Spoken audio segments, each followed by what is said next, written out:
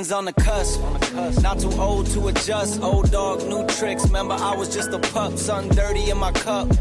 Clean soul, good karma is a must. Still my shooter in the cut. I was stuck inside a rut. Played the game, made bank, move G. Anything to get a buck. You won't find me in the club. I'm in the lab trying to sharpen up the sword. Swinging blades at these scrubs. Bitches flock like bugs to the light. Getting right. Treat my hoes like these raps. I don't really got a type. Off top, bullshitting. All I needed was a mic. Yeah. Hey, pass the rock, it's all butter. Pack your bags and take flight. Don't worry, it's all covered. Hey, live your life while you can. Our days are all numbered. Rain could cause thunder, but the sun comes after, clearing up the disaster. Isn't it lovely? I ain't looking back, I'm focused on what's in front of me. Everybody day's a number, but I'm still here luckily. I know that God got me, so I'm in good company. Like, yeah.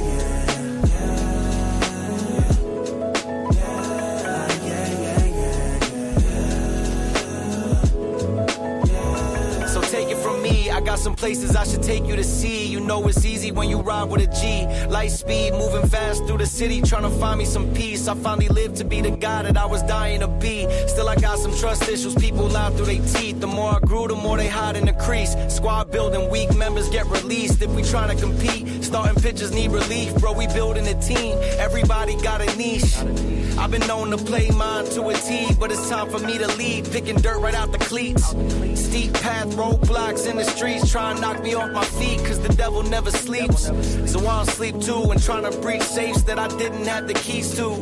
We all been victims of trauma we ain't agreed to, but the sun comes after, starting up a new chapter. Isn't it lovely? I ain't looking back, I'm focused on what's in front of me. Everybody day's a number, but I'm still here luckily. I know that God got me, so I'm in good company. Like, yeah.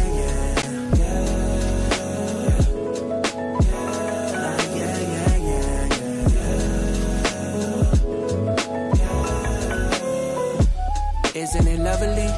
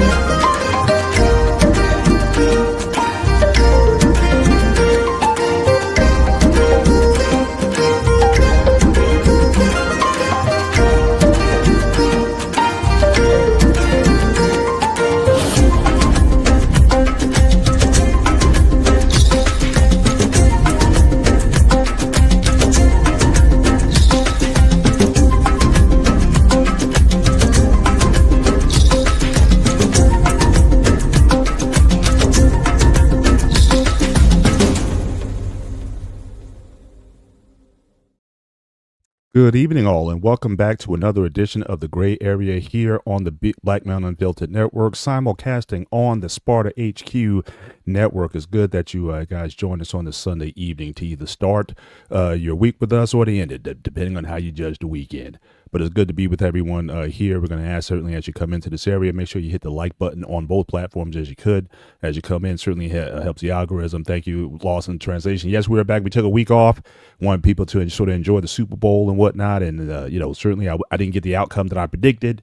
but certainly I know I'm in Jersey, so a lot of the southern New Jersey Phillies, Eagles fans or whatnot, I know they're very excited about winning a championship. So shout out to Jalen Hurts and those guys. I can't complain. They got the job done. But good again to be with you guys tonight, and we're going to have certainly this is a part 2 of a show that we did a few weeks ago on, again, this idea of love. What is love? How do we express it?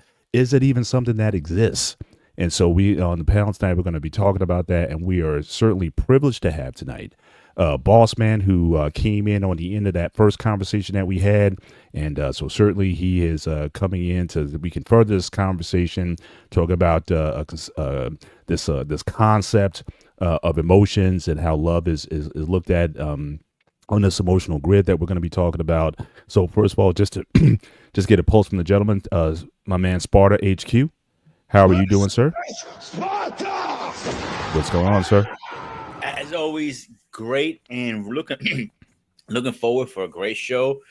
The best show on both networks, best show on YouTube. And anybody wants to fight me for it, we can fight it. And if I hear any comments about Eagles winning, I'm going to strangle somebody. I hear you. And of course, we got the Boss Man in the building who has his own podcast. Again, join him on Wednesday evening, Standing on Business. And my man has been certainly lighting it up, certainly with the conversations. Again, the conversations he's having is not for the faint of heart. All right. So you got to be able to stay, again, you got to be able to stand in the arena if you want to have an intelligent conversation. I've certainly joined him on a couple. Oh, here we go. How are you going to say go Eagles, Mr. Cowboy fan himself here? You've reached your limit on talking. Shut the fuck up. You go come in there with that. But in any event, but certainly, Boss Man, again, thank you for joining us tonight for this conversation. How are you doing, sir? I'm doing all right. Thank you. Thanks for having me on here for to engage in this conversation here. I'm doing all right, doing well. Valentine's Day was very interesting. I will say, my wife and I, we had a Valentine's Day battle on TikTok. It was a battle of the sexes between couples. Actually, it was the husbands against the wives. The wives are larger content creators on TikTok. Right. My wife, she has some 13,000 followers, and the other wife, I think she has like some 15 or some odd thousand. Me, I have I think it's like 850 or so, and the other husband, I think he's barely getting about 100 or so. Right. And the point difference between the two of us, we both cracked over 100,000 coins. Oh wow. Yeah. So we were able to amass that, but it was a 7,500 coin difference. Between. So it was very, very close. So for us to get that, absolutely.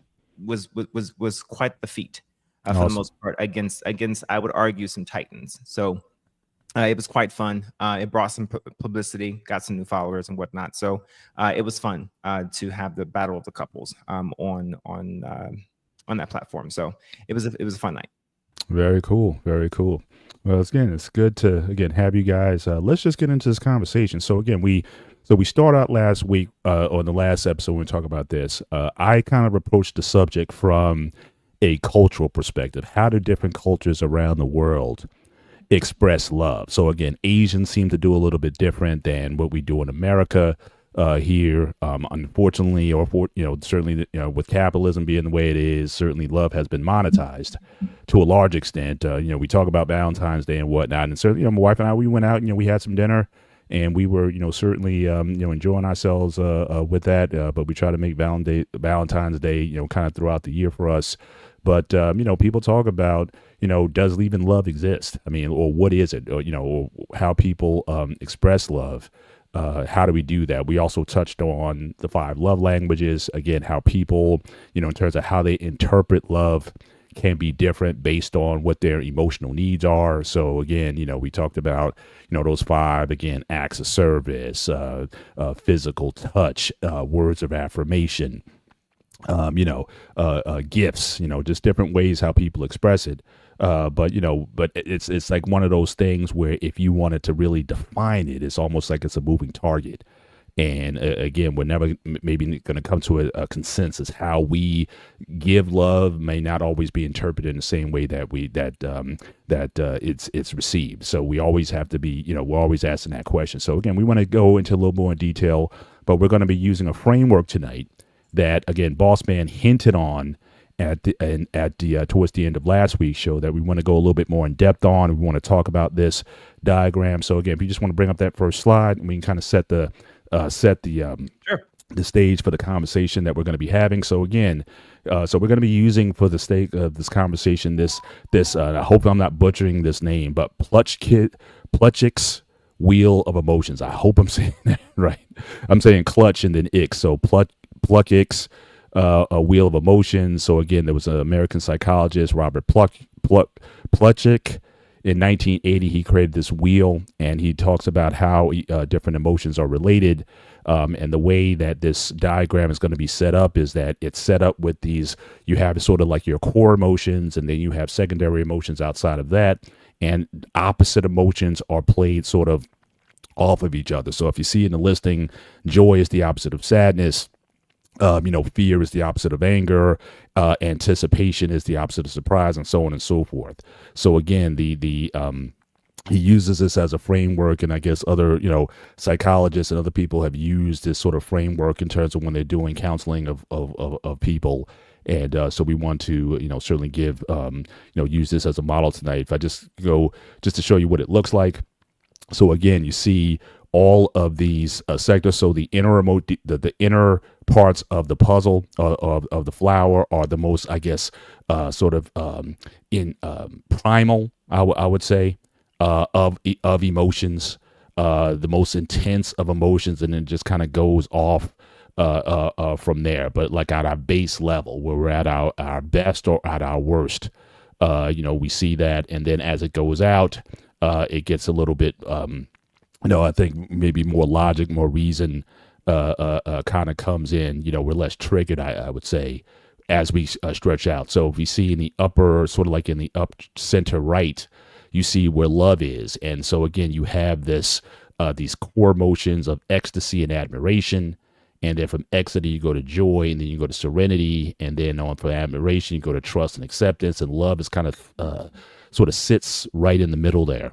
And then just to explain a little bit more in terms of how this works. So again, the at the core, again, are those sort of core emotions. You go outside one, you have your primary emotions, like I said earlier, certainly it's set up where opposite emotions go certainly against each other. And then what you have where love seems to fit in this wheel or this flower is a compound emotion.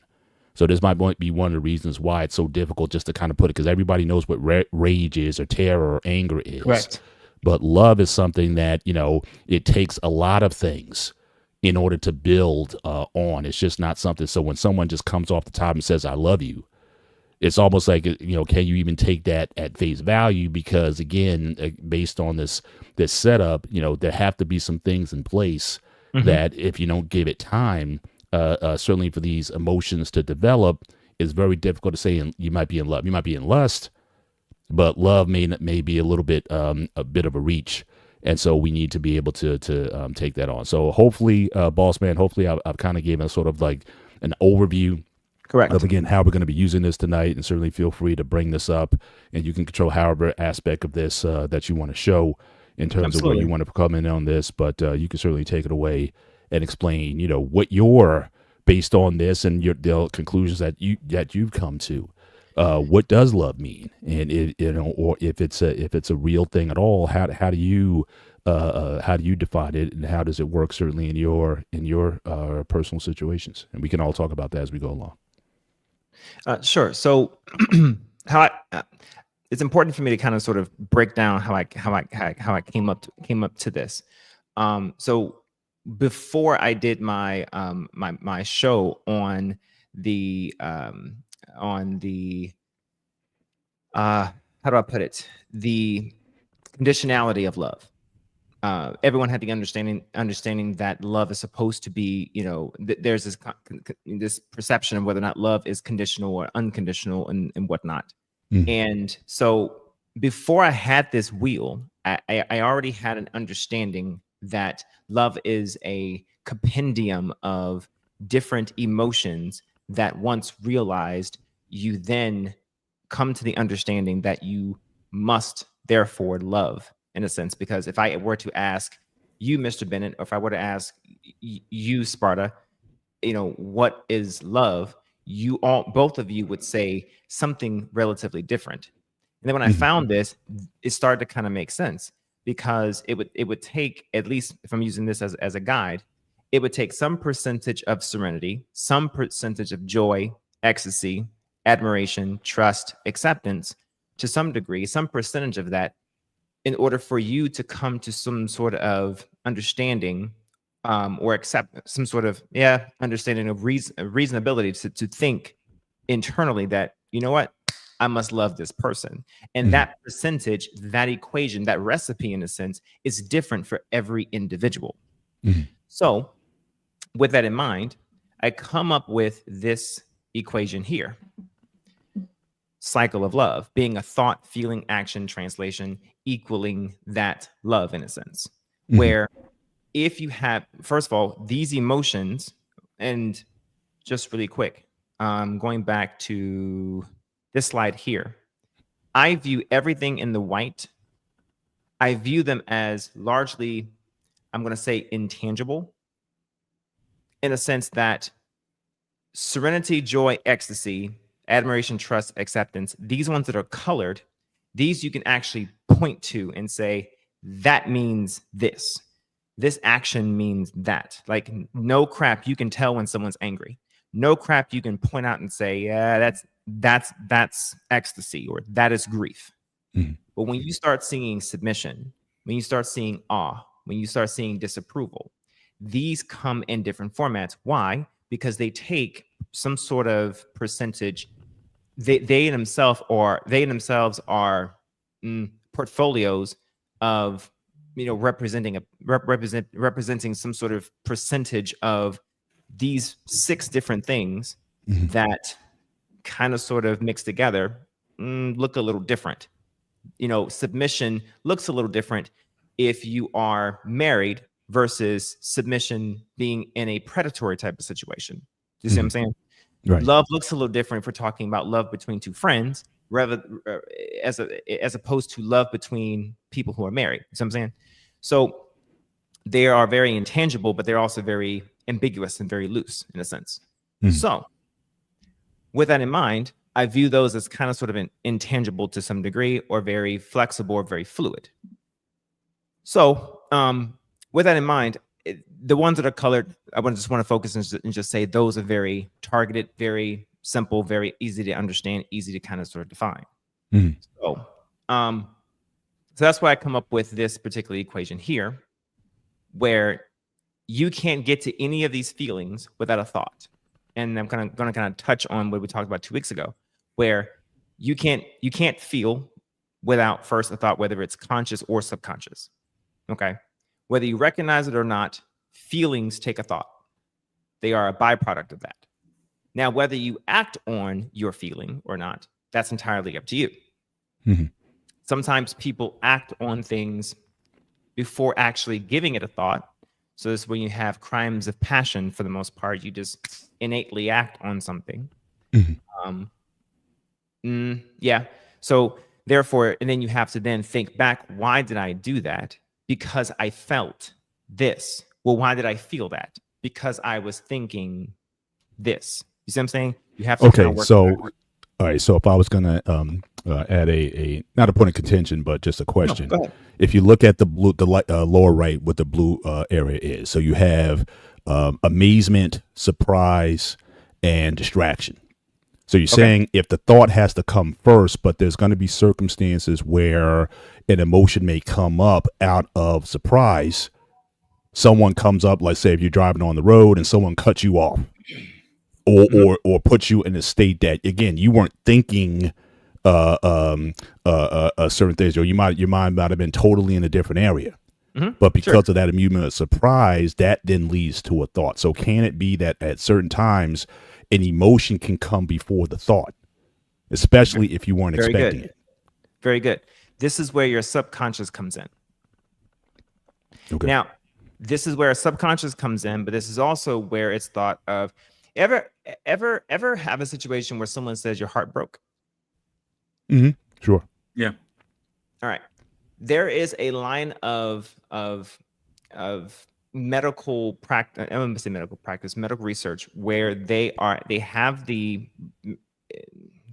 thinking of the concept that the heart is like the second brain in a sense, where there's a direct nerve connection between the heart and the brain.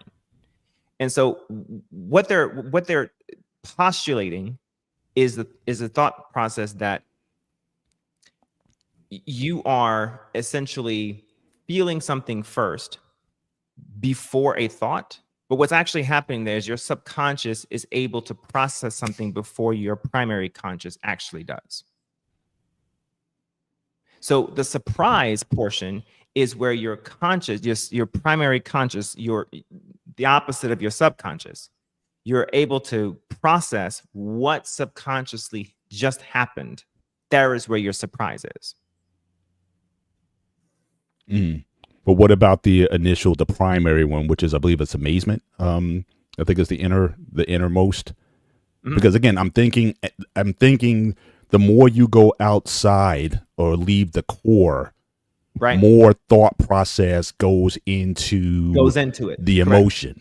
So I'm talking about, again, when you talk about amazement, again, something that just hits you. You hear a loud noise, something broke, just something that, again, totally, think, even with your, and so that initial fear that oftentimes comes, like I think, for a long time I used to say I had a fear of like loud noises. I didn't like, even if I knew they were coming, like I wasn't like a fan of fireworks or being too close to fireworks growing up, or if you heard like a car, I guess they don't have that backfire. Like, I guess cars don't really make those sounds anymore because a lot of them don't have those carburetors like back in the day. When a car would make this noise and it would just jar you, and then immediately there would be that amazement, but then there'd be some fear. They'd be like, did a gun, or if you're in an area, if you hear a gunshot go off, like, that kind of situation Peter would talked about, at what happened at the nearest home. And just the initial rush that's going on. Again, you went into that store just to get whatever. Food. That's what I want. So right. So you weren't sped. But when you hear bang bang, that cycle of, so again, for you to be able to process that even at your subconscious level so quickly that then you can then have thoughts and then go out. I just think that, again, that there may be sometimes where I think emotion may come first before you have an opportunity to act. Unless the only exception I can see is unless, and you have a military background. So I know in training, I'm sure you may have been trained in a certain way how to respond to something. If you're in a combat situation, I'm sure they intentionally shoot off guns or have explosions or whatnot to kind of prep you. So when things happen, you don't immediately go to that amazement piece first. You may go into something else that allows you to process whatever that surprise is faster than sort of the average person. Am I kind of hitting that a little bit right, or am I off on that? Yes, but I want to focus on something on the word emotion. So the emotion, if you look at all these words here are actions to some degree. So the emotion part is the root word is emote. So you actually have to do these things here in a sense. All right. So but the opposite here is a feeling. So you have to feel something in order to have the emote, and then there's the emotion.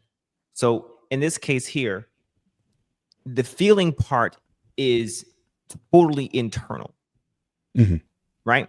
Yeah. Now, to emote it, there is the physical action of your bodily reaction to actually show that emotion, or to emote that emotion. So whether that's joy, ecstasy, or in this case, amazement or surprise or distraction, whatever the case may be, right? Now, to your point of something just innately happening to where you don't have any control over it, that is where first something is happening where you're just where you're out of control of it, and your body is just naturally reacting to something. Okay, to me, I'm going to point right back to just subconscious body reaction to something that you consciously don't have any control over, because then your body, you're consciously going back and saying, what just happened? Why did I do that? Why didn't I have any control over that? What was that? Okay. Because your subconscious does have the ability to react to something much faster than you give yourself credit for, actually. Yeah. It's like internal ROM versus RAM. Correct. Like and so yes, in the military, for sure, we were taught to have control over that initial reaction of just flailing when something, because okay, think of it like this. We have our M16s at the ready. This is why you don't, this is one of the reasons why in gun safety laws and gun safety rules, you always keep your finger straightened off the trigger until you intend to shoot. This is the reason why. Because if you hear a bang and your finger's on the trigger, you're going to accidentally shoot something. Right. Jump, in other words. Okay, Yeah. so you have to keep your finger straightened off the trigger. That would have been good for your sound effect beat. Yes. There you go. Okay. Especially if you're on through round burst. Okay. So the concept here is that we were trained to control what is innately something that is going to trigger that response of jumping almost innately. Okay. So the first thing we were taught to do is get down. Look up, look down, look left or right, look right, all clear. I'm up, they see me, I'm down, move. You see what I'm saying? Those things were taught to us. Okay. I may not remember much, but those things were beaten to us to avoid what is natural to us to basically respond like, no offense, to respond like a civilian. Yep. Yeah. Absolutely. So yes, there is a little bit of truth to the fact that yes, feelings do just pop out and cause us to emote certain emotions. Yes, but it's all subconscious that pops out into what is real world that our conscious says WTF. But it's still a thought, whether we like it or not. Right. Peter, did you have follow-up to that? Not right now. Okay. All right. So this right here is still somewhat, thought, feeling, action, translation, equaling somewhat love, or you can fill in the blank to submission, fill in the blank to awe, whatever the case may be. But someone needs to be able to see your actions in order to understand that what they're witnessing is love. Now, here's the problem. If they don't recognize, I sort of hate this conversation of love language, but if they don't recognize your actions to be what they would accept as love, then you cannot be with that person. Because say that someone's love pattern would be or are acts of service, but you don't respond to acts of service.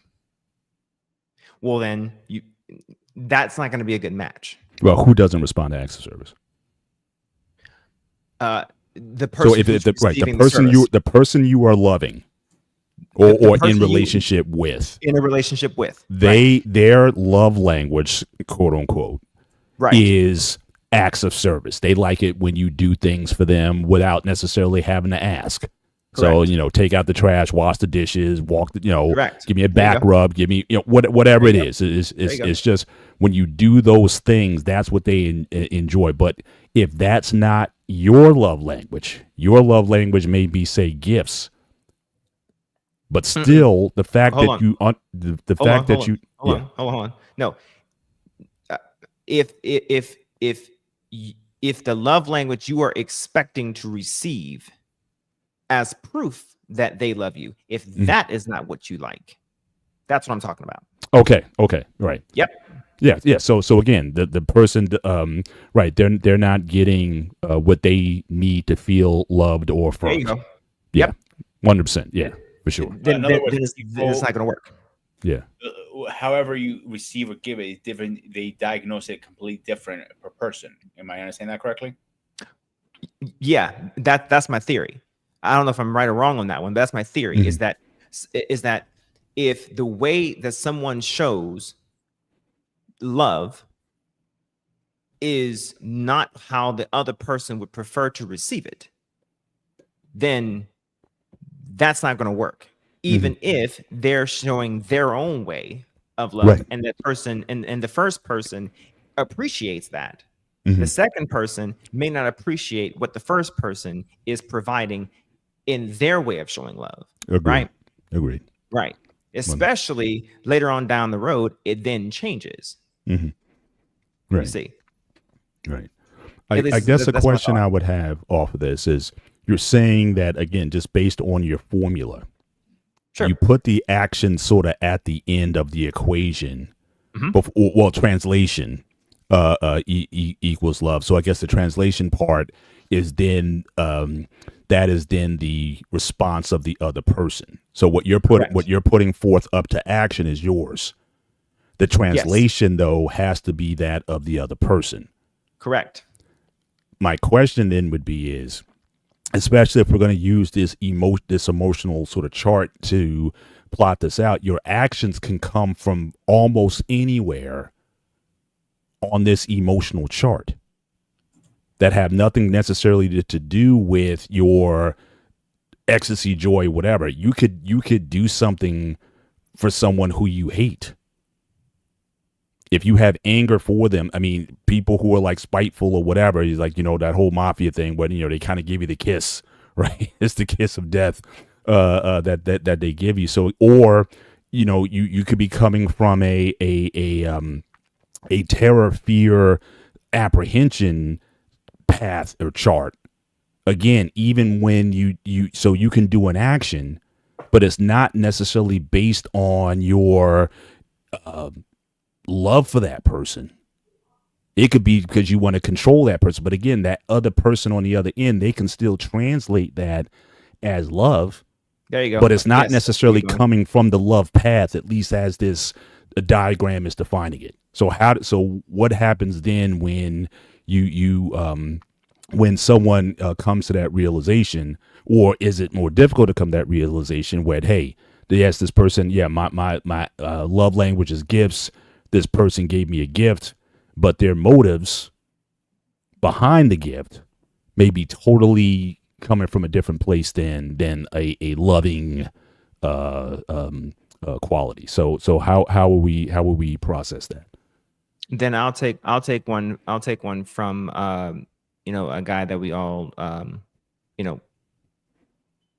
respect. Lost in translation. Mhm. They'll be lost, because if you get a kiss of death from the boss, and you think that that's love, and it really wasn't, Mhm. then you are perceiving this incorrectly. Mhm. Yeah, it's transactional. Yeah, Correct. for sure. Yeah. Yeah, it's one of those situations where you didn't get you didn't get confirmation of what it is, of their intent, of what they're doing. Not to mention when it comes to this right here, if the actions that you are receiving from them, if you the translation portion, okay, is a responsibility of the person translating the actions to ensure that they are translating it correctly. This is where a lot of people really get really messed up, because then they think, well, this person was doing all these things, I thought they loved me. It happens all the time, though, right? Happens all the time. Yeah. Well, okay. Well, did you confirm that? Did you say, hey, I'm seeing all of these things. Okay. Are you doing these things for the purpose of, because I said this 2 weeks ago, that if you're performing these actions in order for the other person to translate those actions to mean something, it's a form of manipulation. Yeah, for sure. You are trying to convince the other person that your actions mean something in order to trigger a feeling. So are you positively trying to manipulate me, or are you negatively trying to manipulate me? Because if it's you're using manipulation in a what's the word I'm looking for? Like you're not putting any emotion behind or intent behind. It's the act. So you do believe there's such a thing as a good manipulation? Yes. Okay. So because most people, when you say manipulation, most people automatically go to a negative, as if it needs to come from somewhere. Yeah. From somewhere else, but I'm saying, you know how people's like, no, people don't like that word manipulate is somewhat triggering to people. I mean, I manipulate my food to ensure that it tastes good. Whenever I add, I'm saying, but most people, but a lot of people don't think of it that way. Sometimes too, when you say that, but I'm most definitely manipulating my wife whenever I'm giving her something very well. Mm-hmm. In order to achieve a positive result. Absolutely. And there's nothing wrong with that. I'm with you. I'm just saying, I'm just kind of putting it out there that people don't always operate off of that. When you say manipulation, they automatically go, "Oh Lord!" I'm definitely trying to get a positive result. You do know your wife's probably watching this and she's tapping her foot with a sound on her hand. You ain't manipulating me. And she is definitely manipulating me. There you go. Whenever she's wanting something from me. But that's not love. But hang on, but that's not love, though. That's not love, though. Buy me that Range Rover. That's not love, though. That's manipulation. That Range Rover for years. That's not love, boss man. You don't love her. You're just trying to manipulate the situation. Are you actually manipulating BMU too? Huh? Are you manipulating BMU? Now he's gonna say pause for real now. but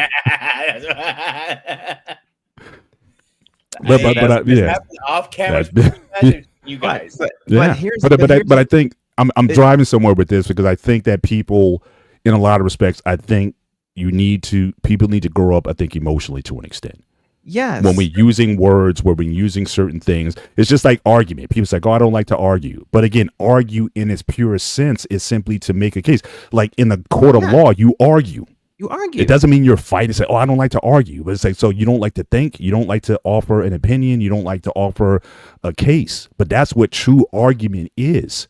But people will talk about, "Oh, well, I don't like to argue." But I think people need to, we need to use words in the ways that they were intended. And not necessarily put, again, these emotional attachments to them that make them say and do things that weren't intended for. So I just want to make that point for everybody to recognize that what you're saying is not wrong either way. And I think we need to come to a state of maturity to appreciate that. So I just wanted to.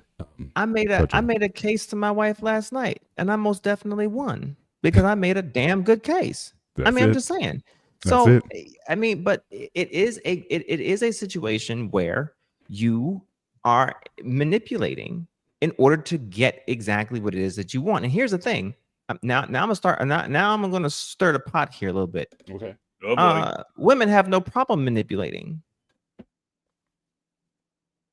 Women have no problems with the concept of doing so. Right. Okay. And I'm tired. I'm tired of beating around the bush and calling it something that it's not. It is manipulation. Right. Okay. Mm-hmm. Whenever a woman put on something really nice in order to appeal to the man, it is a manipulation. If you think that you putting on your nails and getting your nails done, getting your hair done, whatever the case may be, just to go on the date, okay, it is a form of manipulation. Mm-hmm. In order to extract the most attention you can from that man. Absolutely. It is manipulation. Yeah. Otherwise, Valentine's Day night, we went out to dinner. I saw a whole heck of a lot of manipulation that night. Manipulation in place. Okay. And it was like live. And I'm in Jersey, so it was like 25 degrees. And lady came out with this dress on. It was like it had the double split in the front. that went all the way up to like the panty line, Yeah. crotch area and whatnot. So it's like, yeah, Yeah. absolutely, Yeah. you manipulating the situation. Yeah. It's yeah, cold out yeah. here. You still wear that as well. Okay. And if there wasn't, and here we go, in if there wasn't a let's say let's just say if there wasn't coitus at the end of the night, Mm-hmm. but you still got everything you wanted during the night, master for manipulation. Good job, girl. Good job. Yeah. You know what I'm saying? Like, y'all know what y'all doing, just like we know what we're doing. It's the same thing. But yes, isn't that there in is a way human nature. Yes.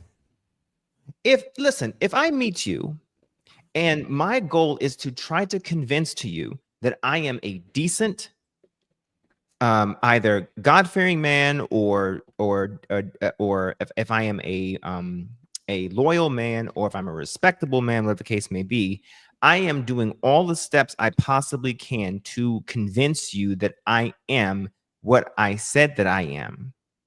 That is a form of manipulation. It's not bad. It's convincing you.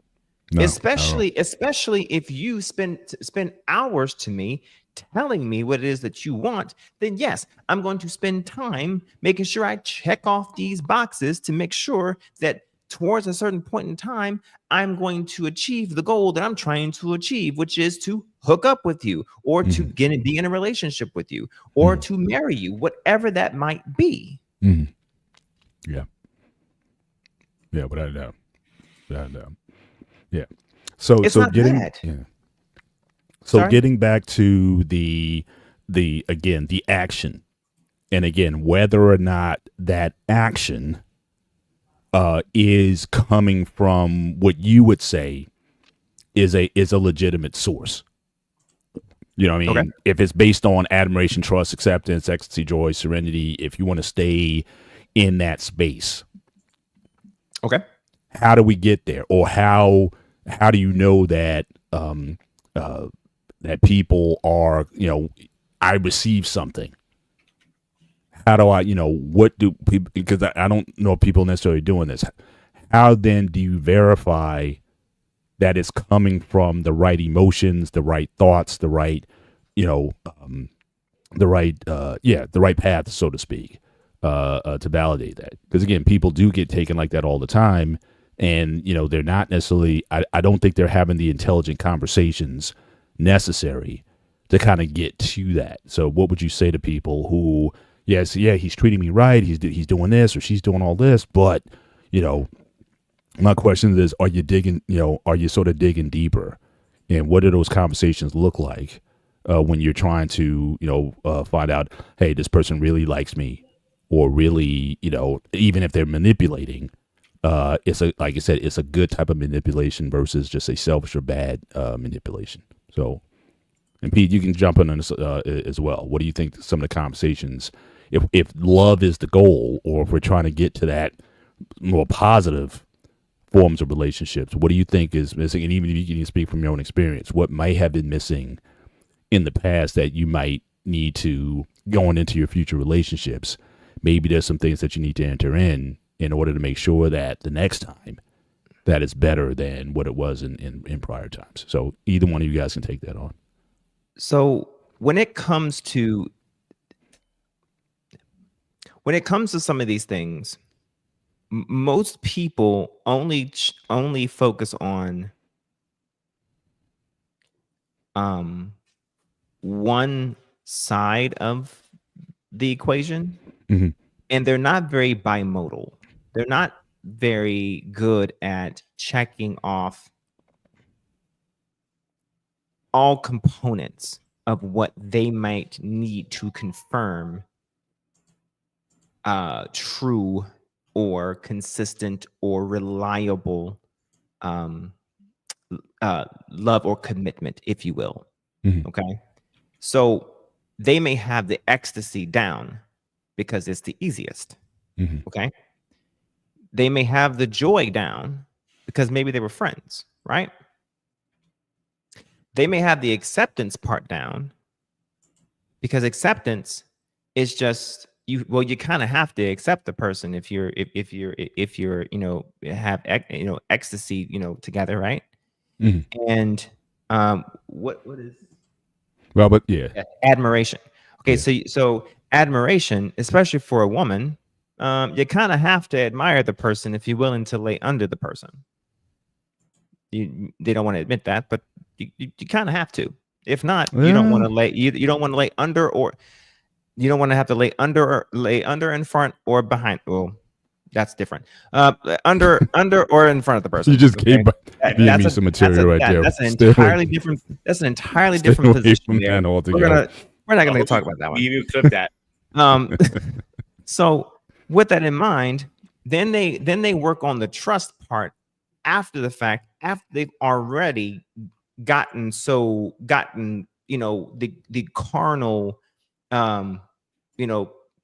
portions of the other parts, right? Mhm. Now, to me, it's not so much conversation. Look, Beam, you said, hold on. Beam, you said clipped. You're welcome, by the way.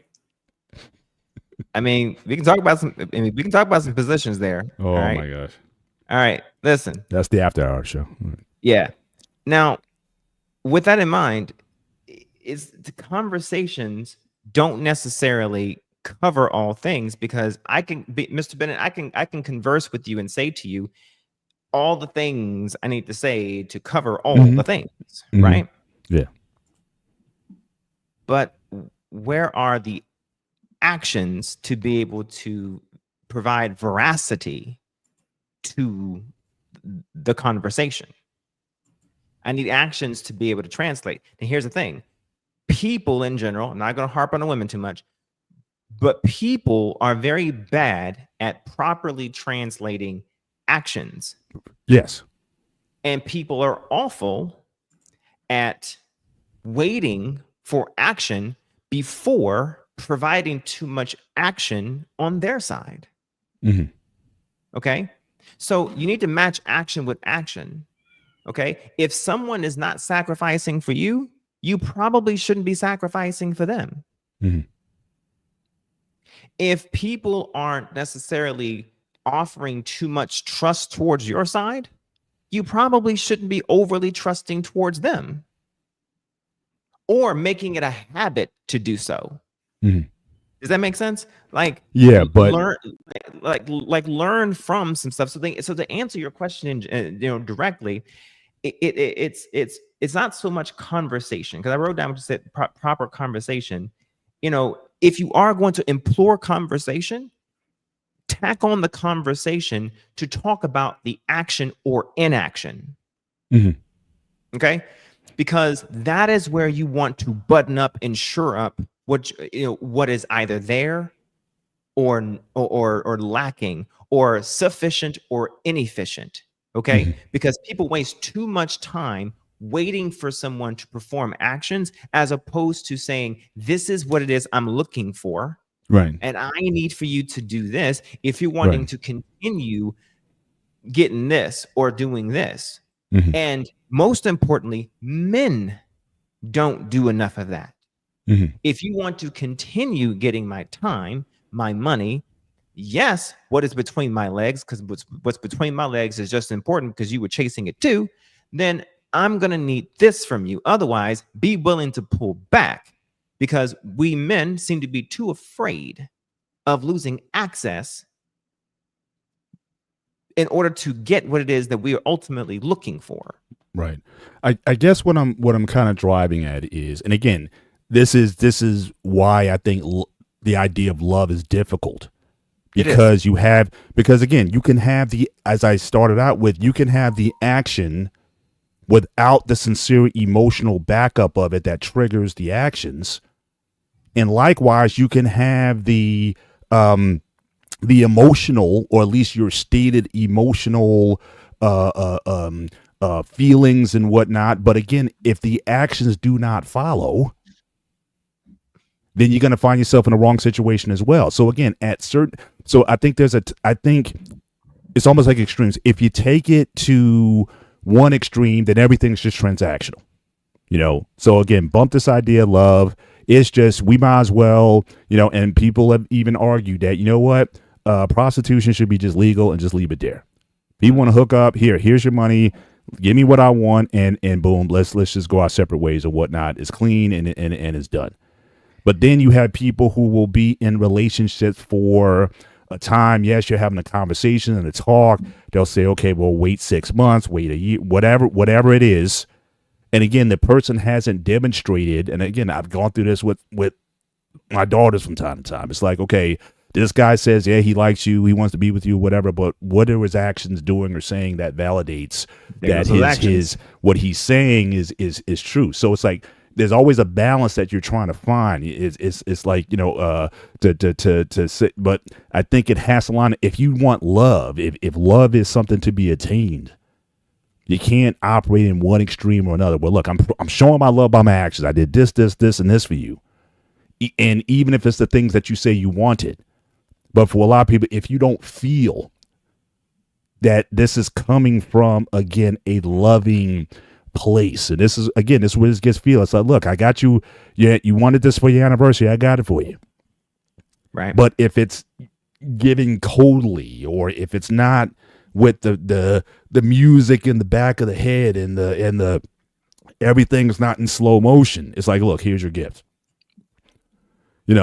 Some people, it's like the presentation sometimes is just as important as the gift itself to some people who operate in that emotional space where it has to be perfect. It's like, no, you said you wanted this, boom, here it is, I got it for you. Then what's the problem? So we're always trying to chase that balance of emotional feeling with the action. We want a balance of that. I don't know if one extreme or the other is necessarily desired, but a lot of people operate in those extremes, if that makes sense.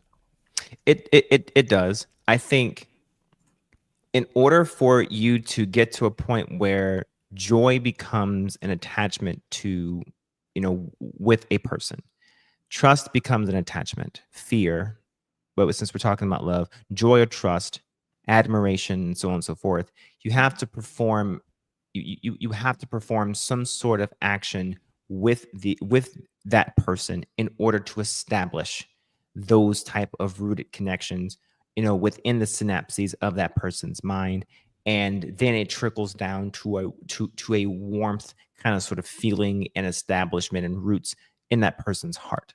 Mm-hmm. And that takes work, that takes time, that takes effort. And so where at that point a gift doesn't necessarily have to come in, on, freaking a yacht, in the harbor. Mm-hmm. It can just be given, in the best way that you can at that point in time, where presentation is less important than the actual item itself. Mm-hmm. Yeah. Okay. Yeah. You can focus less on the grandiosity and just focus on the thought itself, mm-hmm. because you've established all of these other things, because you've invested that much time and effort in establishing some of those less tangible connections and feelings by your actions. Because again, you can't get someone to feel joy around you until you are around them and making them laugh, making them jovial, providing moments of levity around them. Okay. You can't make them feel acceptance about you until you give them something to accept, or you have provided them acceptance of who they are. Mm-hmm. Sometimes you have to pull in order for them to provide some sort of comfort in your push. Mm-hmm. And a lot of times men oftentimes have to lead by example, which causes us to have to actually sacrifice first in order for them to be, in order for them to have something to follow. Mm-hmm. Right? So the serenity aspect of it, I mean, for us, for women, in a sense, it's easier for them to feel that serenity feeling than it is for us. For us, we don't start necessarily feeling that until we are actually under the same roof with them. For women, on the other hand, they start feeling that probably after the point in time when they want to cuddle after coitus. So, because at that point they've already submitted to some degree, and there's something about women wanting to allowing us to be inserted into them that makes them that allows something about being dominated to some degree. Not to go into too much sexuality, but something about being dominated to some degree and allowing accepting someone into you that provides that level of respect, serenity to some degree. Okay. If you have already reached a certain level of respect and admiration for that person, now if it's just a fling, then you're not going to want to lay there with that person. It's just, okay, you got it, get your shit and go. Okay. There are those women out there that are like that with with certain men. Okay. Just to make sure that is very clear. It's not all women, and it's not all women with all situations. You're right. So the point I'm making there is that how do you balance that? You can establish those things where it's not just, I got you this gift, here's my action. Well, the action could just be for a friend, and it can be the same exact action. What did you establish before that action? And what time did you put into what other actions did you performatively do? But here's the other thing I wanted to tell you was, what did you share that you felt outside of the action? Did you tell the person, you know what? I've never trusted anyone to this level to explain or express my deepest thoughts or feelings to this degree, but I feel this way about you. And here's why I feel this. The last time you and I spoke, you made me feel this way because you said this. You see what I'm saying? It's always a because of something. That's what I was getting to earlier, as far as how do you link the action with the emotions that allow the other person to truly feel that sense of love or those other things, joy, serenity, or what have you. It has to be paired, and you have to be, I think, emotionally mature enough to be able to share that, to be vulnerable, to say those things and mean them, to look at someone and be vulnerable in that space. I think it's difficult for some people to get to, but I want to get Peter in here. How in terms of how Peter, you look at it?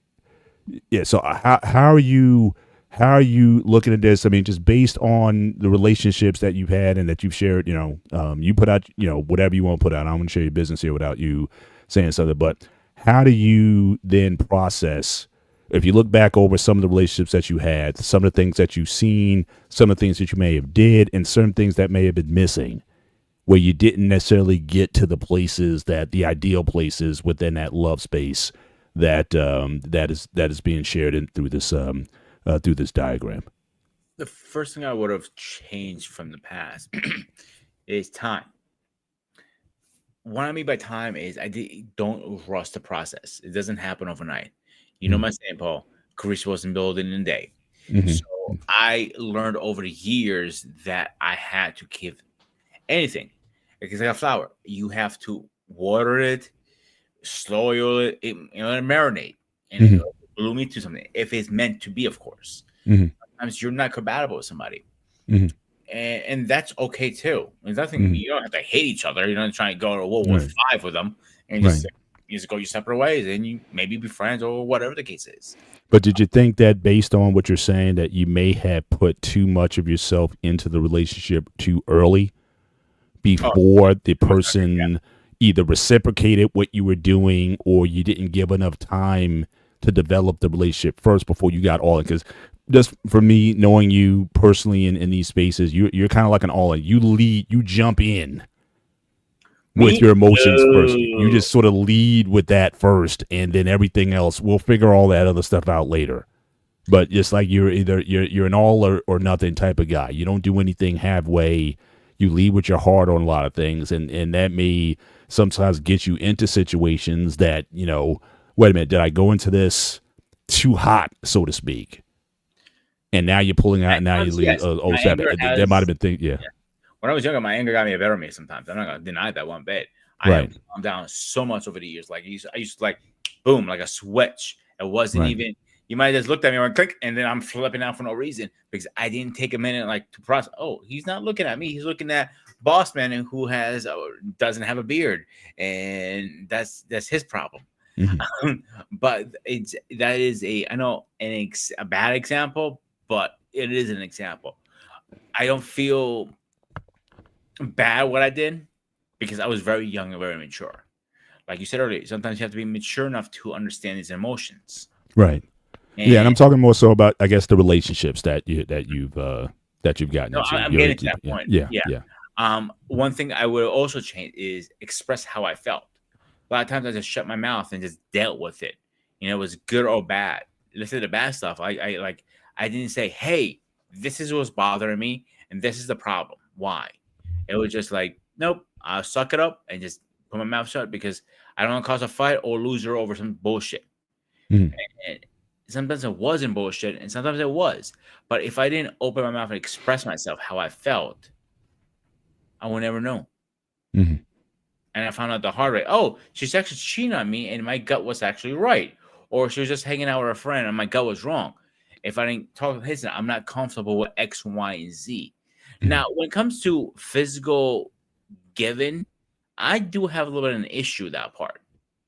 Because I feel like if you buy something sometimes to somebody who you're supposed to be in love with, sometimes I feel like, they make it hints, oh, I really want the iPhone 21i Plus and all this stuff. Like, okay, yeah, okay, what's your point? And like they want you to buy their love in a way, or not even buying the love. I'm like, okay, I'll buy you the new iPhone, but now you have to get the nasty done with me. So I don't feel like a gift giving should be worked like that. Like if I want to get you the new iPhone for your birthday, I want to do it because I care and love for you. Then don't throw hints out there. You know what I'm saying? Mm-hmm. If you're my girl, my woman, I should know what you like. If you like, I don't know, big ass teddy bears this big, and you collect them, okay, I should know that already. If I'm with you, if I'm already in love with you, I shouldn't have to guess what to get you. Mm-hmm. It should be a surprise. You don't have to hint things. Right. When you start hinting things, I feel like you were like you're saying it's a business deal kind of thing. Does that make sense? Yeah, it does. No doubt. Yeah, I know I'm not making sense sometimes. I'm like normal me. No, 100%. Yeah, like I said, it's to the things that we talked about earlier. Is again, and I think Boss Man touched on it also. Again, time. A lot. You're not putting in enough time to earn, I guess, the trust that I can trust someone with this particular thing. If things get rushed too early, or you give at a high level, we all know about the famous TikTok or whatever. I guess the guy was trying to take a woman out to a Cheesecake Factory or something, and she was expecting the big fancy steakhouse or something like that. Again, too early for that, if it even goes that way at all. And so a lot of times when it comes to this idea of pursuing love, you also have to understand what your boundaries are, what your limitations are, what you're willing to accept, because I think some people's expectations, this I would say, you have to certainly leave the situation. If that person's expectations, I don't care how much love language that they have, there's not enough love. We haven't established enough yet for us to kind of go there.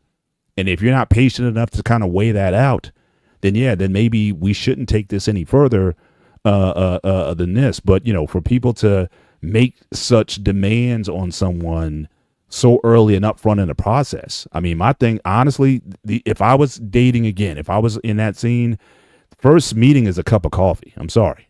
We're not going to the fancy steakhouse. We're not doing, things like that, or it'll be subtle. Look, I'll meet you in the park. I'll meet you somewhere. But again, if you're not down for something like that, then I'm not putting myself out there to that degree to try to impress you early. And I think that's a change. I think where I'm seeing men are starting to make a bit of a pivot It used to be back in certainly the 80s and 90s, certainly when I was into, really into the dating scene, you wanted to impress a woman right away. So again, you bought her flowers at the first date. You bought her, something nice on the first date. You wanted to present that side of yourself. But I think people now are sort of taking their time more.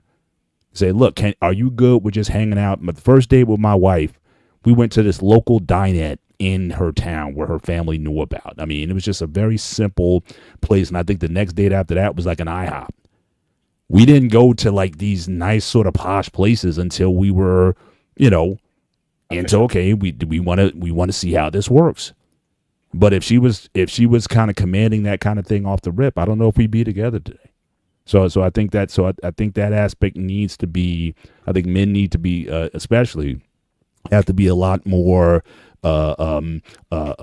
solid in their conviction of, okay, what are you looking for? If you don't want a materialistic woman, you can't lead with materialism.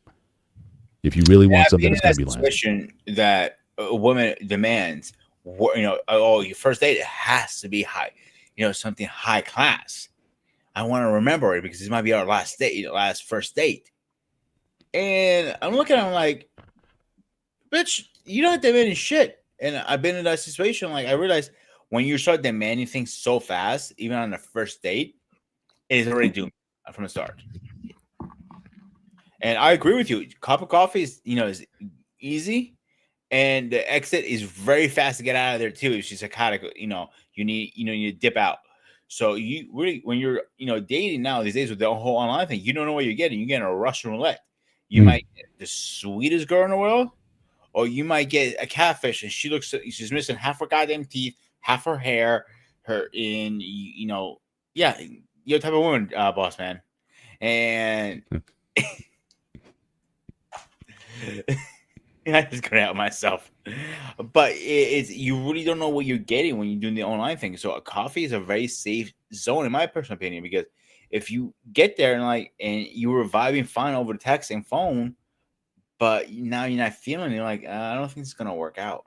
Yeah. And even leading up before my first day with my wife, we talked for about 2 weeks because I kind of made the date with her. Like it was just our schedules couldn't match, so it was a couple weeks in advance. I think we talked every night over that 2-week period. So it was definitely when it went to, when it came to the actual date itself, we were like really looking forward to it. It wasn't like, I don't know, should I even, keep this or not or whatever. No, we were both, and again, laying the cards on the table pretty early. Again, I shared my document with her. So again, a lot of the conversations were around that. And so again, when it was received positively, it was like, okay. And so it just built an anticipation that when we did get to that first date, they say the rest is, they say the rest is history. But boss man, you also dated a different era. Today's era is completely different. Most women you meet is like, okay, they want to talk 3 or 4 days, but they lose interest very fast because they have another 10 guys waiting for them. Go ahead, boss man. I know you guys want to sound that. Go for it. This speaks to the wheel a little bit. Mm-hmm. So if you look on the wheel and you see acceptance, the opposite is what? Boredom. You look at love, what is the opposite? Remorse. Okay. So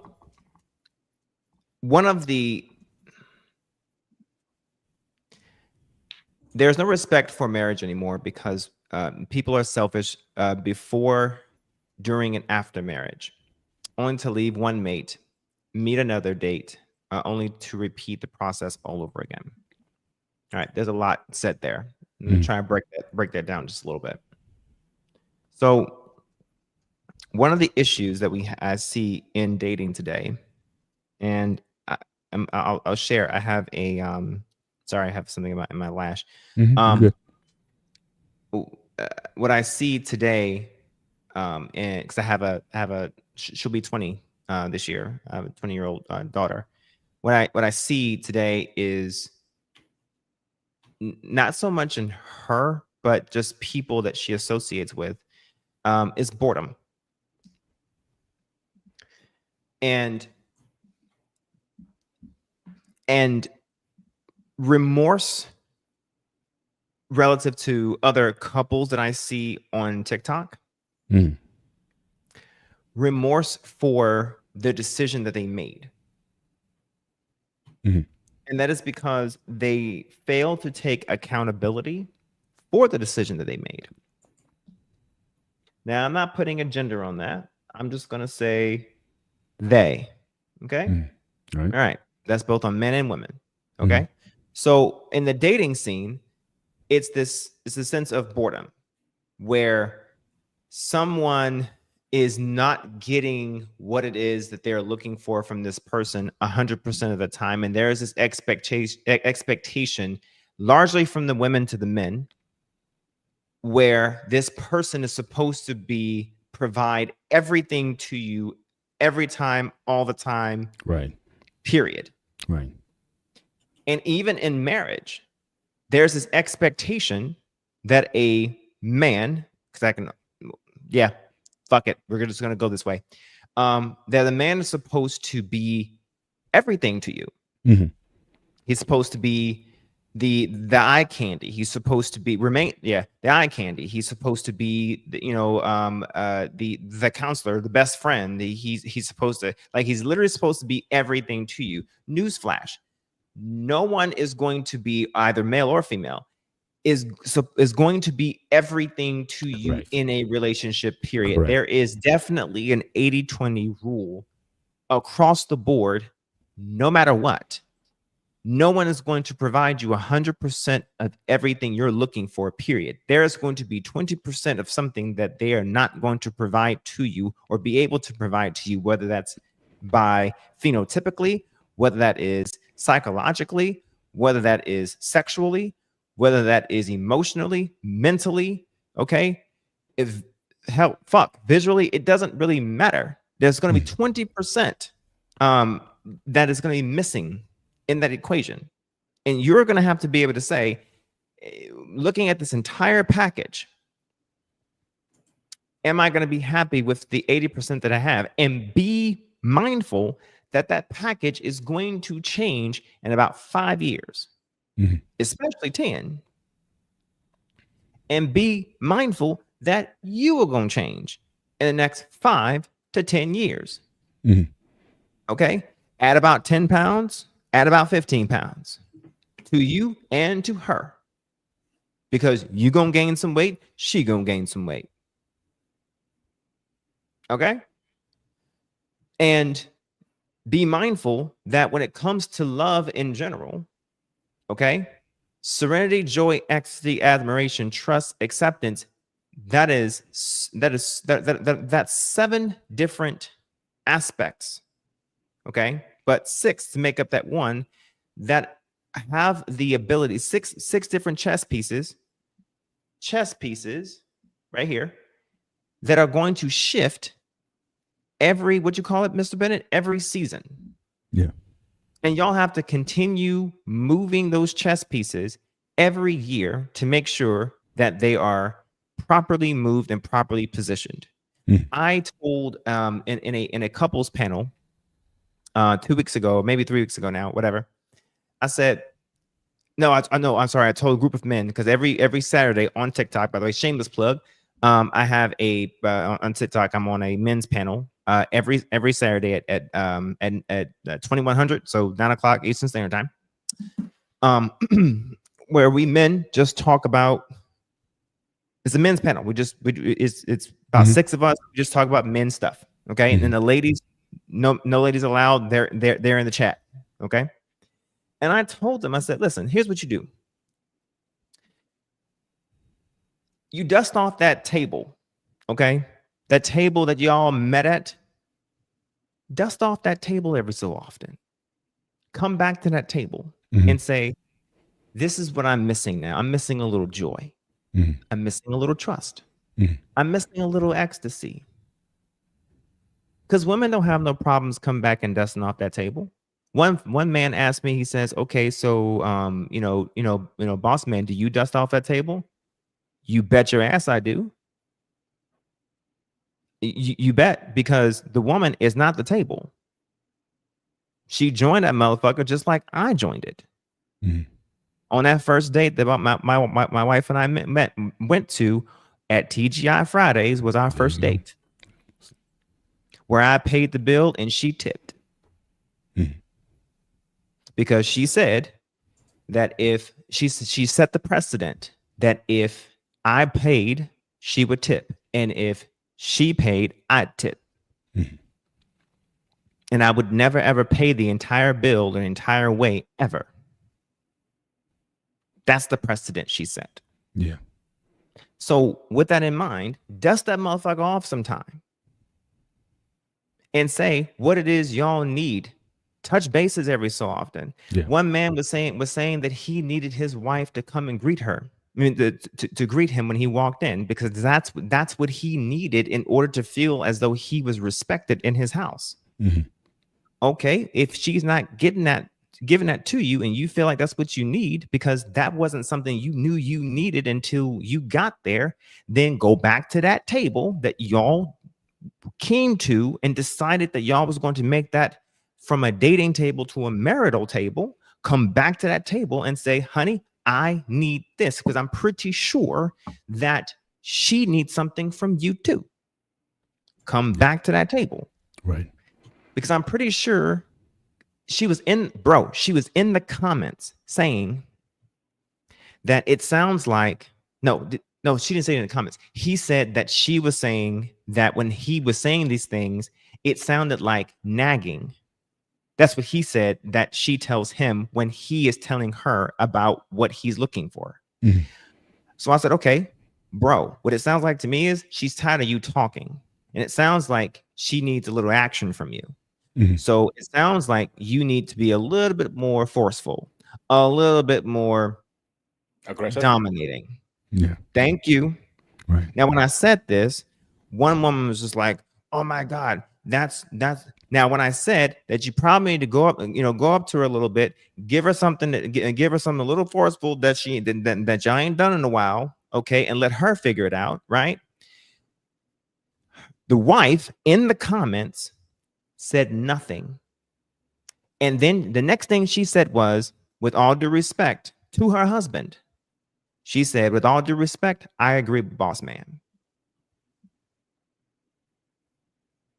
Yeah. Sometimes it's not about communication verbally. Sometimes it's about just action, because women get tired of just just do. Mhm. Just Yeah. do. Walk in and demand what it is that you're looking for, but sometimes it's not verbal. Sometimes it is about showing that physical dominance that is in a permission based between you and that person. And you know what it is that you and your wife have permission to do between you and your wife. Mhm. Right? Yeah. That's what you establish between you and her. Okay. So that is what you've established with trust to ensure you move from remorse back to love, boredom back to joy, Mhm. less contempt and more back to submission. Mhm. Because that's what I was sensing on that panel was contempt. Mhm. Okay. Less aggressiveness and back to awe. Do you see what I'm saying? Yeah. But I'm also noticing on this diagram, just in the example that you just described, it seems like on the positive emotions, it seems like they start from the center and move outward. Whereas with what we would call some of the negative emotions, they start outward, but then they can drive themselves towards the center. So like in the situation that you were in, that you were describing, you can go from serenity or acceptance to boredom, but as that continues, if you continue to see that, again, there's a need that you have that gets neglected or whatever, you don't go from serenity to loathing just like that. You know what I mean? That doesn't happen. But boredom could be something that can drive you to discuss, and then you loathe the person that you're with because again, they're not listening. I'm not getting what and they know what I need, and they're not giving me what I want. So it seems like there's a reversing of direction where the negative emotions come in, because once you get to the rage, loathing, grief, emotions, what we would call these negative ones, you're in trouble. I mean, if the person you're with, you can be annoyed, you could be angry with them. If it gets to rageful, if that's not a red flag for you at that point, you might be behind that point. Or when you get to a point, think about someone you sleep with every night, but you loathe.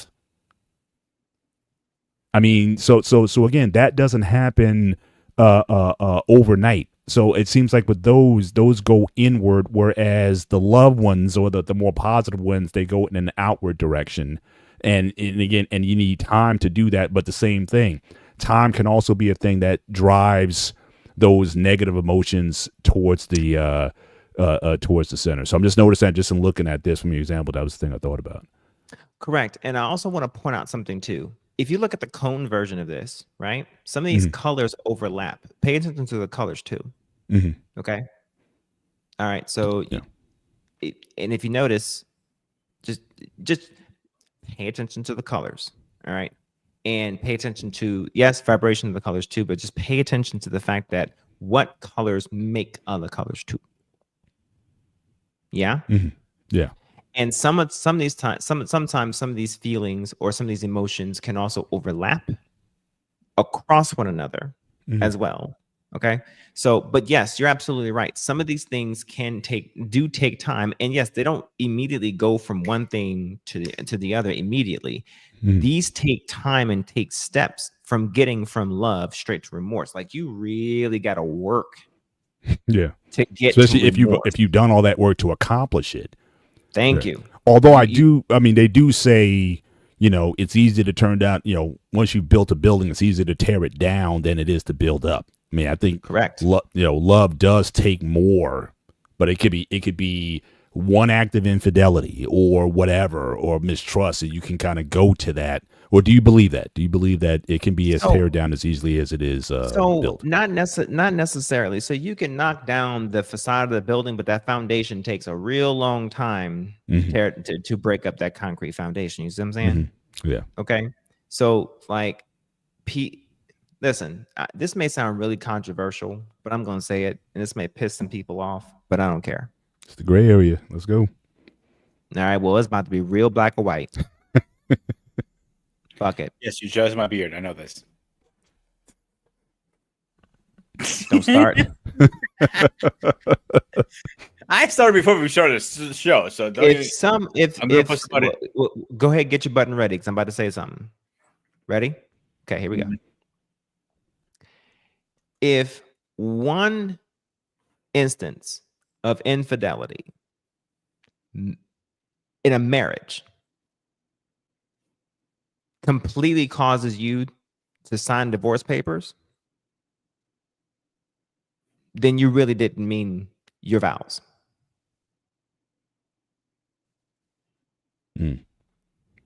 I agree. Because what does for better or worse really mean if you couldn't handle one instance of what worse could mean? That means you had conditions on what worse was.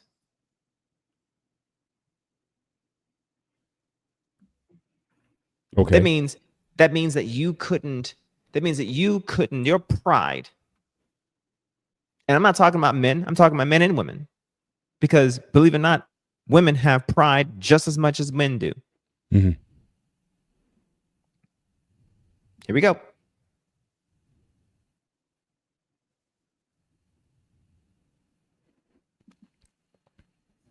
Okay, I misunderstood you at first when you were saying the opposite what you were saying originally now. So if man is cheated on, he will never recover no matter what. Limit on talking. Shut the fuck up. You talking about me or BMU? Which one? Both actually this time. I don't give a shit. And the reason why I say that is because to me,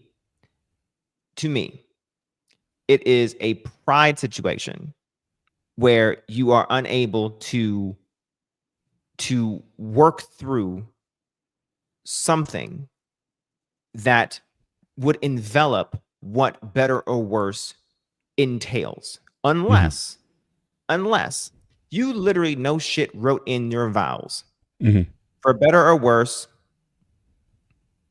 for better or worse, and know this, like no shit you wrote, you include that part. Okay, and the so reason why it may not have been in your vows, but it certainly may have been in your conversations even leading up to that. I mean, if you want to say like the vows are just simply the paperwork to consummate the the marital relationship, but again, over time you knew that infidelity was a non-negotiable, and people in the course of the relationship, you negotiate that, right? I mean, you I'm sure you and your wife had conversations about what you would and would not tolerate as you got more serious, as you got more into your relationship. So even if when it came to the vows, a lot of that is going to it does say that at BMU. It says it's a way out, but I think what Boss Man is saying, BMU, that it's not it's still not saying that you must leave. You could leave. You could, but it doesn't say that you have to leave. Right. Again, if you could work it out, if that is something possible you can come back from, the Bible doesn't say if he or she is unfaithful, you just leave them right away. It doesn't say that. It just says if you want to leave that, by all means. But again, even the Bible uses an example of I forget the prophet, but he married a wayward woman. I think she was a harlot or something when he married her, but it was God wanted her to marry him to show the infidelity of Israel to God. It said, look, you guys, every time I bail you guys out, you guys cheat on me. So I'm going to have this prophet marry this woman as a demonstration of that. But every time he went back and got her.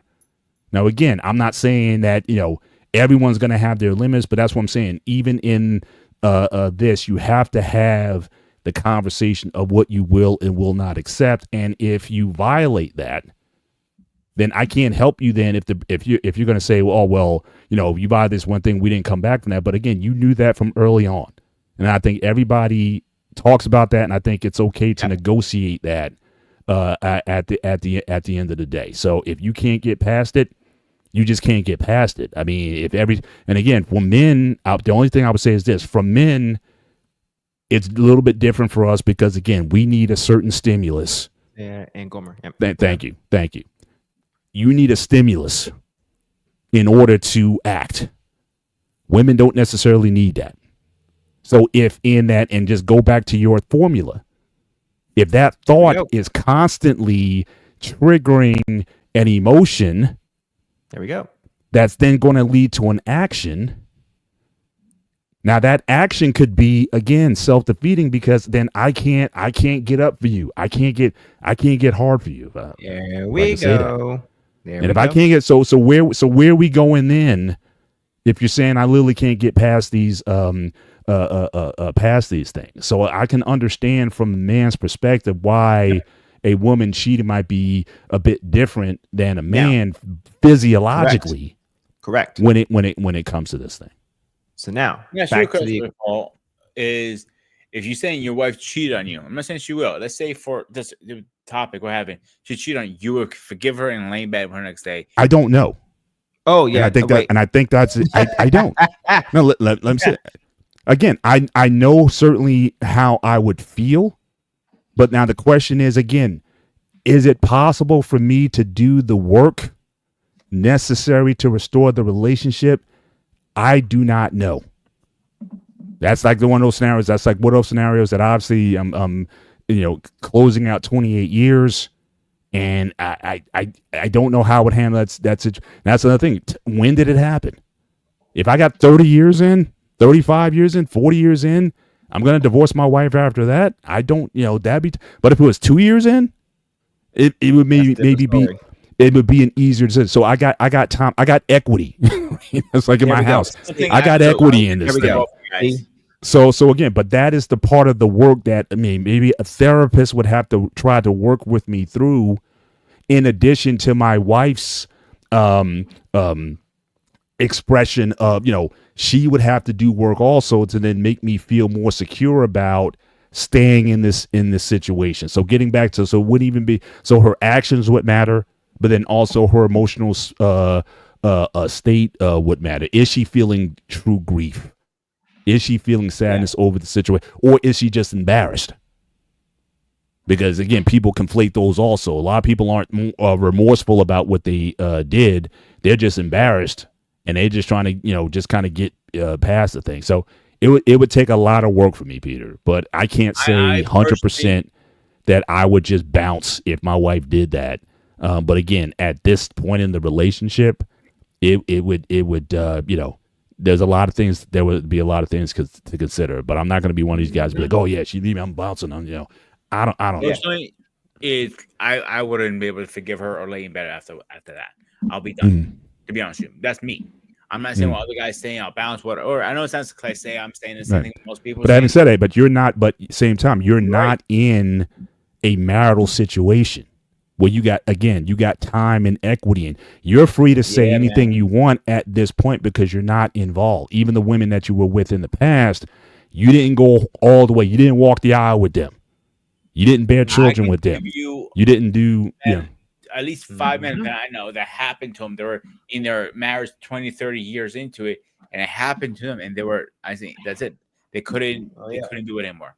Oh, sure. That I'm saying that's not. I'm not saying it's not, or it will happen, or will not happen. I'm saying as the best answer I could give you in that situation is that I don't. So here's the. Go ahead.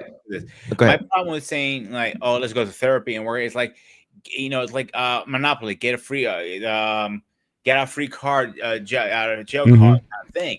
And I don't agree with that at all, because if you went and you willingly open your legs for another man to do that, there's some kind of punishment coming behind that. I'm sorry. You cannot just say, well, let's go to therapy. I disagree with both of you guys. Like, I know I'm not invested. Boss Man is Boss Man's taking it further than I would.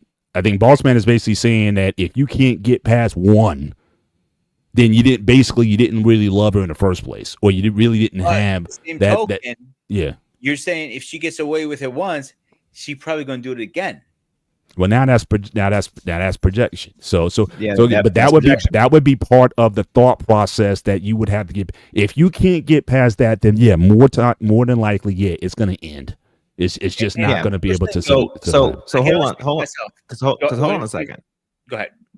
Because now we're adding things. So the concept here is that one is, of course, we're not talking about serial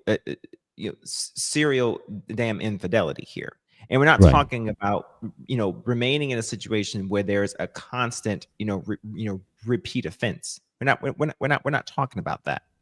However, what I am saying here is that people are not perfect, okay? And most certainly you're not perfect, and you'll never know what situation you may find yourself in. Of course, okay. And so, temptation is a bitch, okay? And so you may never know what situation you may find yourself in. And although yes, infidelity for a man and infidelity for a woman, there are key differences between infidelity for the two. Okay, because one has to conquer, one has to submit. Totally understand that difference. However, in the realm that we live in, infidelity is infidelity.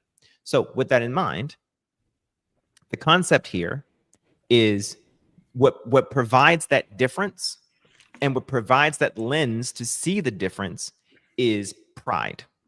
To some degree, okay? And to some degree, it's for a woman to see a man's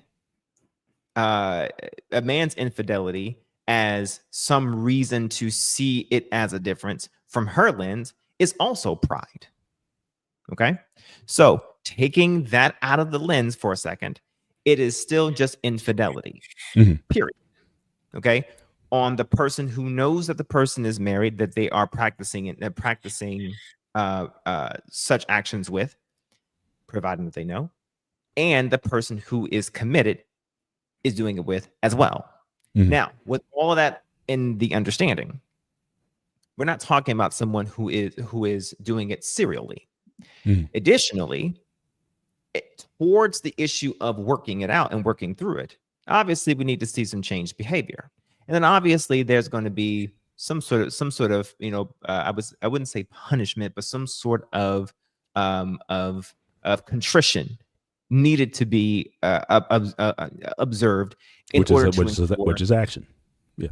Which is, damn it, yes, the action, yes, contrition, action, some sort of remorse, some sort of admonition to some degree in place, okay? Which they would want that from us if we did it, is the point that I'm trying to make there, okay? But again, the only reason why we as men would see it as such a egregious thing, more egregious than how we would see it if we did it, is because, again, as I mentioned, pride. Pride won't let us, here we go. Pride won't let us unsee this shit right here. Yeah, BMU, I'm gonna call your shit out. Pride won't let us unsee this shit right here. Okay, and here's how you fix this. You go unload. You go and you get a hall pass, and you go and unload your sperm in somebody else. If that's the case, right there. Okay, listen. There's ways around this shit. Okay, just make sure you don't. So you think that's a solution? You work it out between. If that gets you past, if that gets you past the thought of how much the guy unloaded into her, if you do it of equal measure into another person, if that works, if that gets you to that point where you can kind of let that one go, you think it's worth taking. Two can play that game. You might want to be careful next time. I mean, listen. The point, obviously. So me personally, I'm agree with him a little bit, because here's where I would have issues personally. I'm talking about me personally. How would you be able to lay in bed when you know another guy was inside of her? Another guy was inside of her before you laid in bed with her the first time. That's different. Ooh. No, it ain't. She wasn't a virgin. She wasn't a virgin whenever you met her. Yeah, you're 100% right. But again, it's after the vows. She wasn't a virgin then. Like, we have got to stop. Limit on talking. No, I have not reached my limit. She lied about her. I promise you, she lied about her number when she got with you. Absolutely. She wasn't a virgin then. She was no virgin Mary when she got with you. How do you think she learned how to do the tricks that you fell in love with? Come on now, be real. I am being fucking real. You're right about that. She's probably okay. I'm fucking right. Okay. So that gets me to a point about this. The way this chart is laid out, every individual, I don't think is necessarily going to be open to every pedal, if you will. Come on, baby. On this. Your values, what your thought process is. Yes, I did. But again, your thought which would again make that that's another. That may be another factor as well. Like I have the label of being the only one to have deflowered her in that sense, and now I don't have that title anymore. If she came in with bodies already, yeah, maybe I may feel different. But your thought process going into it. So again, going back to your formula, boss man, thoughts. And again, a lot of your thoughts, if you was to add one more on top of this before thought, is again your values. And so those are going to inform how much of this is that you're going to embrace. Some people come in with a lot of the lower half, rage, anger, loathing, or whatnot. That again, that would make an action like that just intolerable from rip. And again, you already know about that going in. So if you go in with that person, and if that person's willing to share that with you, then again, you can't then complain at the end if things go badly. But if someone comes in with a more, you have to have, I think, the capacity, and I just don't think everybody has it, the capacity to work through all of the layers of this diagram. That's why, again, I think communicating, one of the things I wanted to put out in the document and in the questions that I had, I didn't care if I was a good person or not. I didn't care necessarily if I was completely whole or not. The only thing I wanted to share was who I was. Now, the question was going to be then, can you rock with that? If I have some proclivities, if I have some attitudes, if I have some opinions, if I have some thought processes that I'm still working with, I explained to my wife my background, what, my family situation, as she explained with me. Both of us were of the mindset to say, this is where we are. My wife, she made me sit down with her mother, and she made her mother break down what her family dynamic was, because basically she was saying to me, if you want to rock with me, are you good with this? And I said, yes, I can do that. So, but not everybody is built for all of these, to work through all these things. You just have to know that ahead of time. And I think the more transparent some folks are, and I've even seen in some of these spaces, some people are just not built to be in relationship long term with anybody right now, either because of your past hurts or your trauma, whatever it was, that you can't get past certain things. And maybe that type of relationship you're not ready for right now until you can come to some sort of thought process where you can work through that. And so I think we're all going to come in with some petals missing. If this is a flower, some people are presenting ourselves, some of the petals are going to be just he's still loading it. But yeah, but some of those petals, if you don't have them, then again, a person has to decide, do I want to deal with you or not? If you're saying, look, if I may have an indiscretion, you can't forgive me for it, well, then you got to make a decision. Now, then, unless you intend to go in with that. But I just think that not everyone's built for that process. And again, a lot of it's going to be based on things that, again, you would need to probably spend years with a therapist to kind of work through. Yeah, ultimately, I think that if I think most people today, I don't think, if I'm just being blunt, I don't think most people today are mature enough to handle the throes of what marriage means. And I'm not just talking about adultery or infidelity. I'm just talking about being. I'm just talking about what comes with marriage, because I see people leaving people who caught some sort of disease like cancer or whatever, or they have some sort of unresolvable differences. What? Y'all can't have a conversation and talk about what your differences are so bad that it dissolves the marriage. And by the way, y'all have a house, you have kids. Your love wasn't established so much. Your cycle of love wasn't ticking so much. This, hold on, where'd it go? This cycle right here wasn't cycling that much that y'all couldn't talk. That's craziness before y'all got married. So I think society today, it seems to be so trigger happy about divorce, about dissolving something, and seem to be very loose when it comes to what this ring means. Okay. And so that's why I take it so seriously when it comes to people. Yes, make it having missteps or what taking a vow actually is. And yes, someone would say, well, if you took a vow, why would you misstep in the first place? Because people are human. People do shit. Okay. People are people. Just because you get married doesn't mean you become perfect. What you do to absolve or to remedy that cycle that you committed to. You didn't commit to being perfect. You committed to the cycle.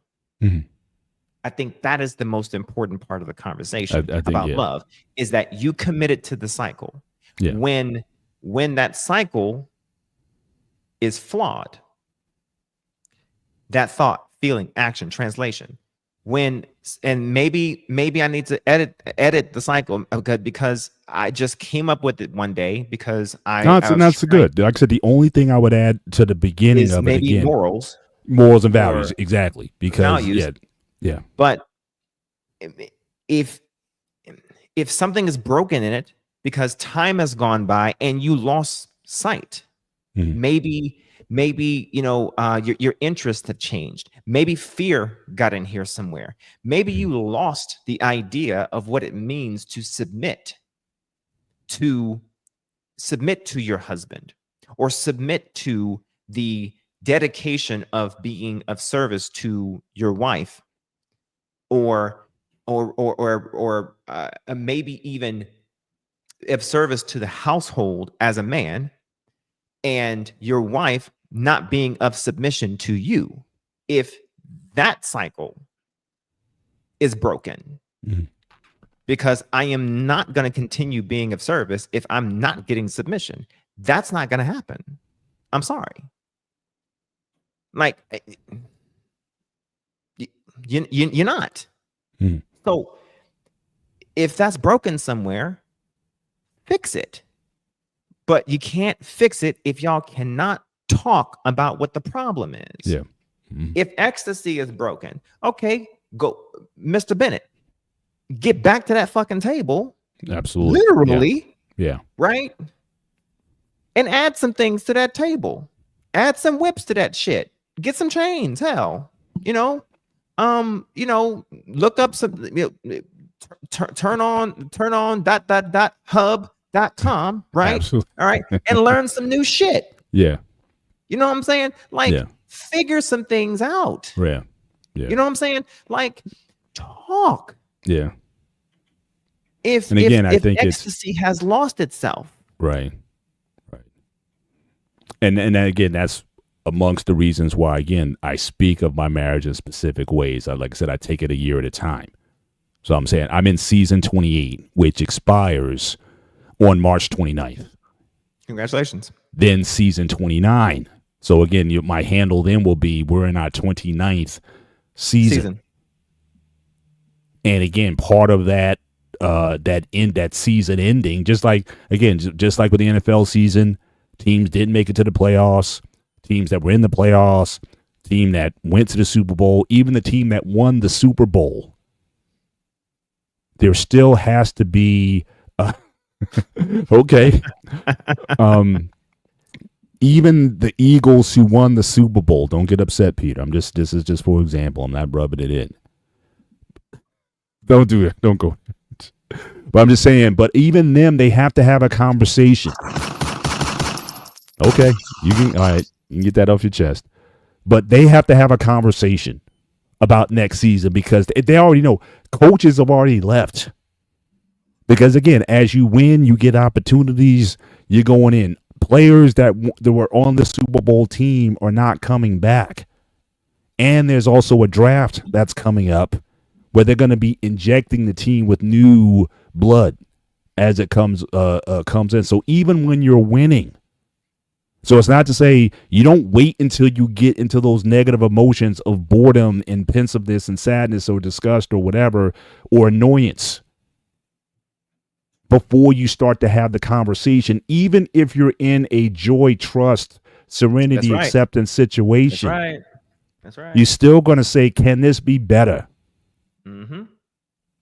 Or if you're saying, look, are we good right here? No major changes. Maybe just keep doing more of the same thing. Maybe that might be more date nights. My wife and I, we've gone on more date nights in the past year than probably in the last 25. Because again, when we had kids, I had 3 kids in 4 years. So we knew that we were going to be. You wasn't going nowhere. We weren't going anywhere. And the last vacation we went on, which happened to be a cruise, so we just came from a cruise. The last major vacation we went on was a cruise. We knew then. She was already 4 months pregnant with my first one. We already said this is going to be it for a minute. Nothing major like this. So now it's like every week, every month, there's a show coming up. We were actually trying to see Tom Jones, the Tom Jones. He was actually coming to New Jersey, but it sold out so quick. Tickets are like $2,500 to see him. It was like, yeah, that's a little too rich for our blood at this point. But it's like every month, it's like something just popping off. Like we're just in this space that's like, wow, you know, we denied ourselves for so long, not, you know, apologetic about it. We knew the assignment, we knew what we were doing. But we're kind of going into this new period of our lives, this empty nesting period, where it's like, yeah, is more us time. It doesn't mean that our kids don't need us. In fact, they've actually explained that to me recently. That, yeah, Dad, we still need to like meet with you, you know, one-on-one, take us out. I still need to kind of almost not date them, but, you know, I need to spend time with them even as they're young women now. So again, I recognize that, and that's a change that I've made in my parental relationship with my daughters, who made it explicit that they may have gotten to a point of boredom or pensiveness or whatever, and said, hey, we need to correct that. We need to get back to serenity and trust and all that kind of stuff. So, okay, fine, let's do that. So it's not just even in my marital relationship, it's even with the relationship with my children, that even as adults, yes, I don't tell them what to do anymore, or they're not under my, you know, authority like that is the way they used to. But again, the new level of what this relationship is going to be going forward, it still has to be there. And so the same thing with my wife. So yeah, so don't wait until you get into these negative emotions that could be festering for the year and whatnot. So yeah, so very much keep short accounts. And again, as Boss Man is given, I think again, at its core, it's a good model.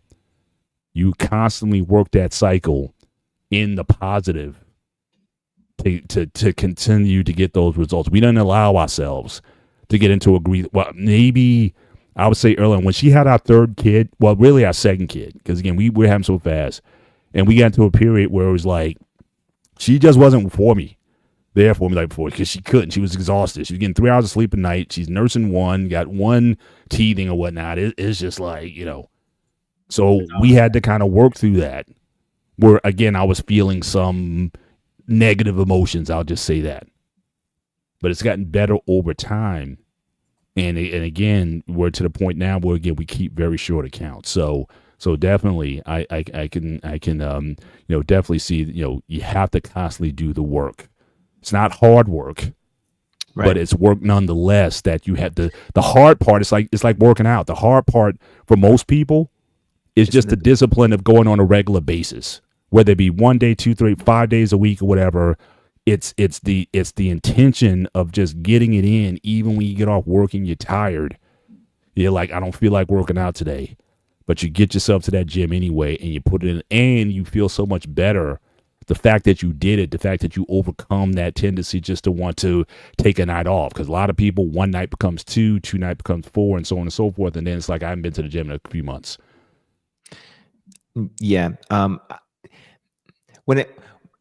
I think when it comes to people, and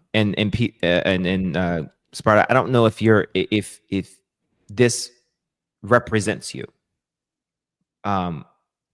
Is the fear of getting in a situation, getting married, or getting in a situation and finding yourself trusting that someone is going to adhere to what your boundaries are, and then to be in a situation where someone breaks those boundaries, and then you're stuck in an impossible situation of being stuck in a sense, right? And then having to make the impossible decision, or being in a marital type of situation and then being forced to make that decision in and of itself, right? Especially with your mindset that you're in right now of if this happens, I'm going to make this decision, which means marriage in itself puts a blocker in making that decision much easier and more facilitated, or more, I guess, at ease to be able to make. Because for me, that was one of my biggest challenges of making that step to getting married, is that if something were ever to go wrong that I don't like, then would I be in a position of being able to just make the decision to leave? But then I thought to myself, if that was the case, what would be the purpose of taking that leap in the first place? And the other thought is that why would that person be willing to make that same leap for me if that's what she's thinking? So I think that's one of the biggest fears that men have, because it's one of the biggest. Honestly, it puts us at a bigger risk because of how the system is set up for us, right? But I'll put it like this: until you get past that initial thought, one, you won't be able to fully get to know the individual that you are considering to marry. That's first and foremost. That thought or that fear will put you at a very crippling disadvantage. Once you do that, then you will then find yourself able to actually get to know someone, bond with someone to a point where you will then be able to say, I could marry this person. But wait, that thought is going to come rushing right back again and stop you from making that decision again. You'll have to contend with it. And then my advice to you on that will then be, does the qualities of this person outweigh the risk? And then you have to foil that decision and that equation one more time. You just dropped about 8 or 9 things on being successful. You got all of that. If you just want to take one, most of it I agree with, and I'm already at that point in my life. The only one I disagreed tonight, you said about the whole, if she's banging another guy, I gotta give her a second chance. That's the only one I disagreed with. Everything else you said tonight, you point on. I agree with you 100%. Yeah. The marriage part is a little different, and I know that some will disagree with it. And I know some, when they watch this, they're gonna disagree with it. But like Mr. Bennett said, 30 some odd years in a marriage, I got some equity. I got some equity. I got a house, 3 acres of land. I got a bunch of stuff, and it's like, bitch, we're gonna have to work this out. I'm not arguing that part. I personally, bitch, we're gonna have to work this out. As much time as effort I have put in there, I don't know if I can look the other way after that. That's me personally. I'm saying. I'm not saying. And Paul might says, like, you know what? Let's work it out. You know what I'm saying? You might say, let's work it out. But me, if I was in a marriage after 40 years and she's found out she's sleeping around with somebody else, with, let's say, her boss at work, I don't know if I look the other way after that point. And it's like, now, boss man, now when you're saying this, are you, again, keep in mind, he's only talking about, again, the one indiscretion. If you found out she's been doing this the whole time, you've been with her 40 years, and she's been, you know, she's got a trail a mile long, I would think that'd be a different situation. But we're talking about one. But if it happened once, it can happen again. Then, yeah. Okay, well then I'm gonna tell you the same thing I told the panel of men and women, that if one mistake or one mishap or one infraction equates to you decimating the entire entire setup, the entire foundation, then buy a dog or buy a cat, and you know the rest. Now, I would just say one thing. And again, first of all, I want to say again to the chat, thank you, Lady Navoa, for being in tonight. Braxton, the Stakes Fiend, Lost in Translation, has been here. Mariana, again, thank you for being with us tonight. Wally World Media, thank you for stopping through tonight as well. And Rita Devi has been in the house. And my man Scorched Earth came by to see us tonight as well. Scorched Earth 824. Shout out to you, my brother. Thank you guys for joining us tonight, certainly as we come towards certainly the end of the show. And again, we can you know, we might have a part through this conversation. I mean, we can certainly keep this thing. We can certainly keep this thing going. Certainly a gray area thing, because honestly, because it's juicy, because like you're told in life that, especially in marriage, you're told in life that when it comes to relationship, if someone impinges upon these boundaries that you gotta cut them off, man.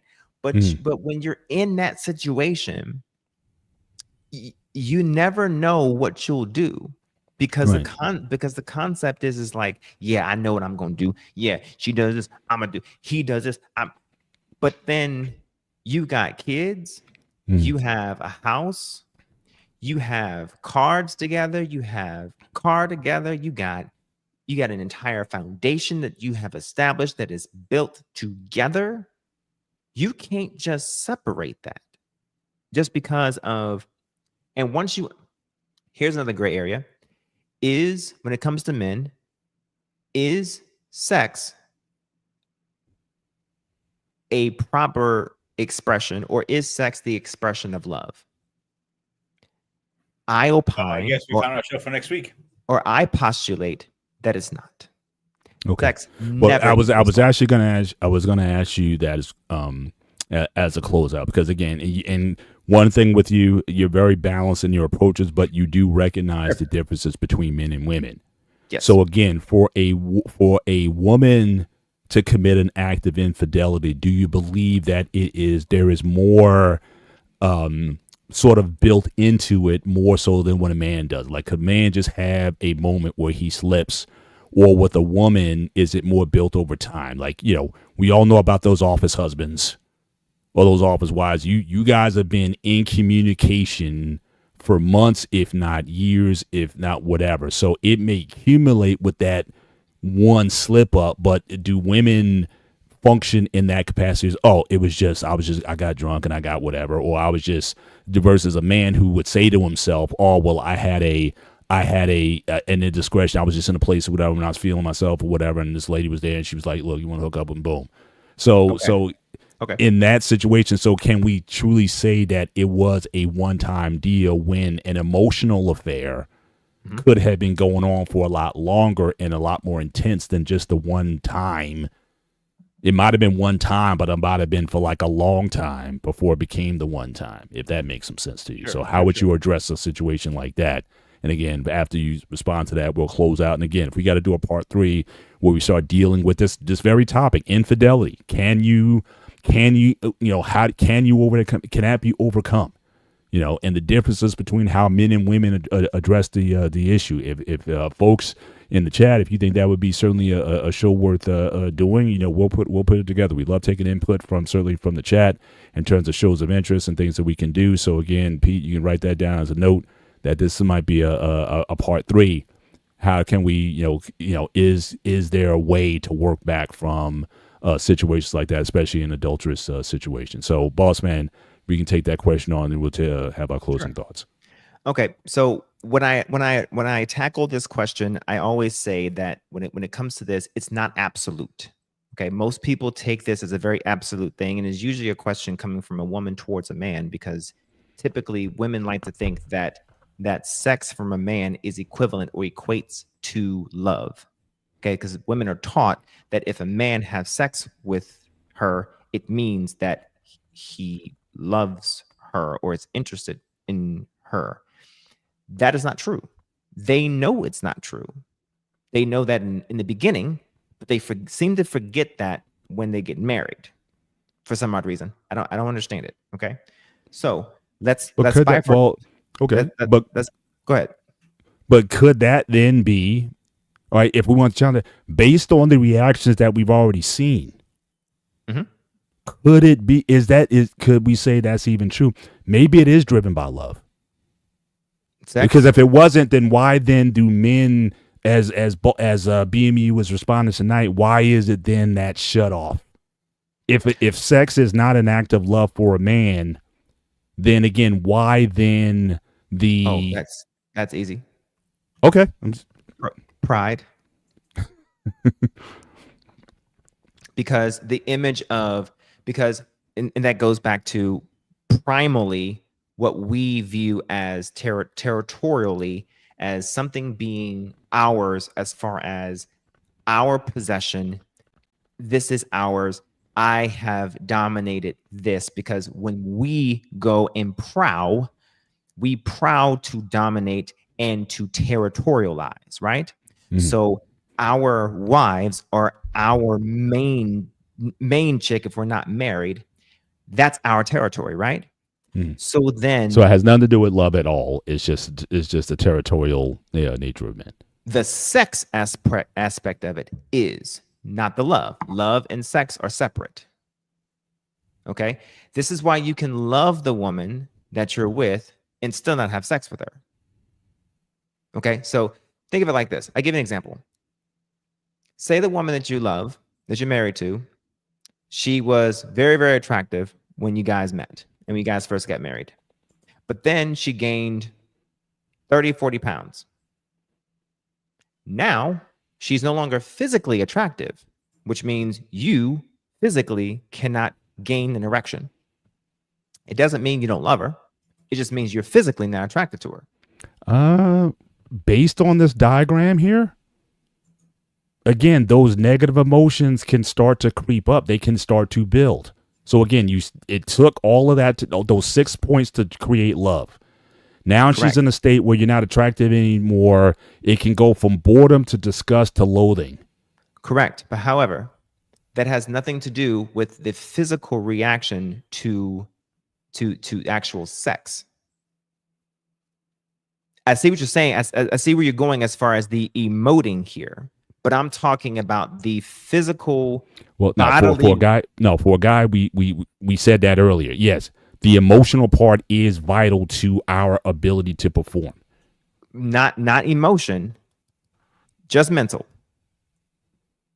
We don't need to feel in order to have sex. We just agree. We just need to think. Agreed, but those and like what we see. We don't need to feel shit. We just literally need to like what we see, and upon liking it, we need to get an erection. But I'm saying, but the kryptonite to that are those negative emotions. True.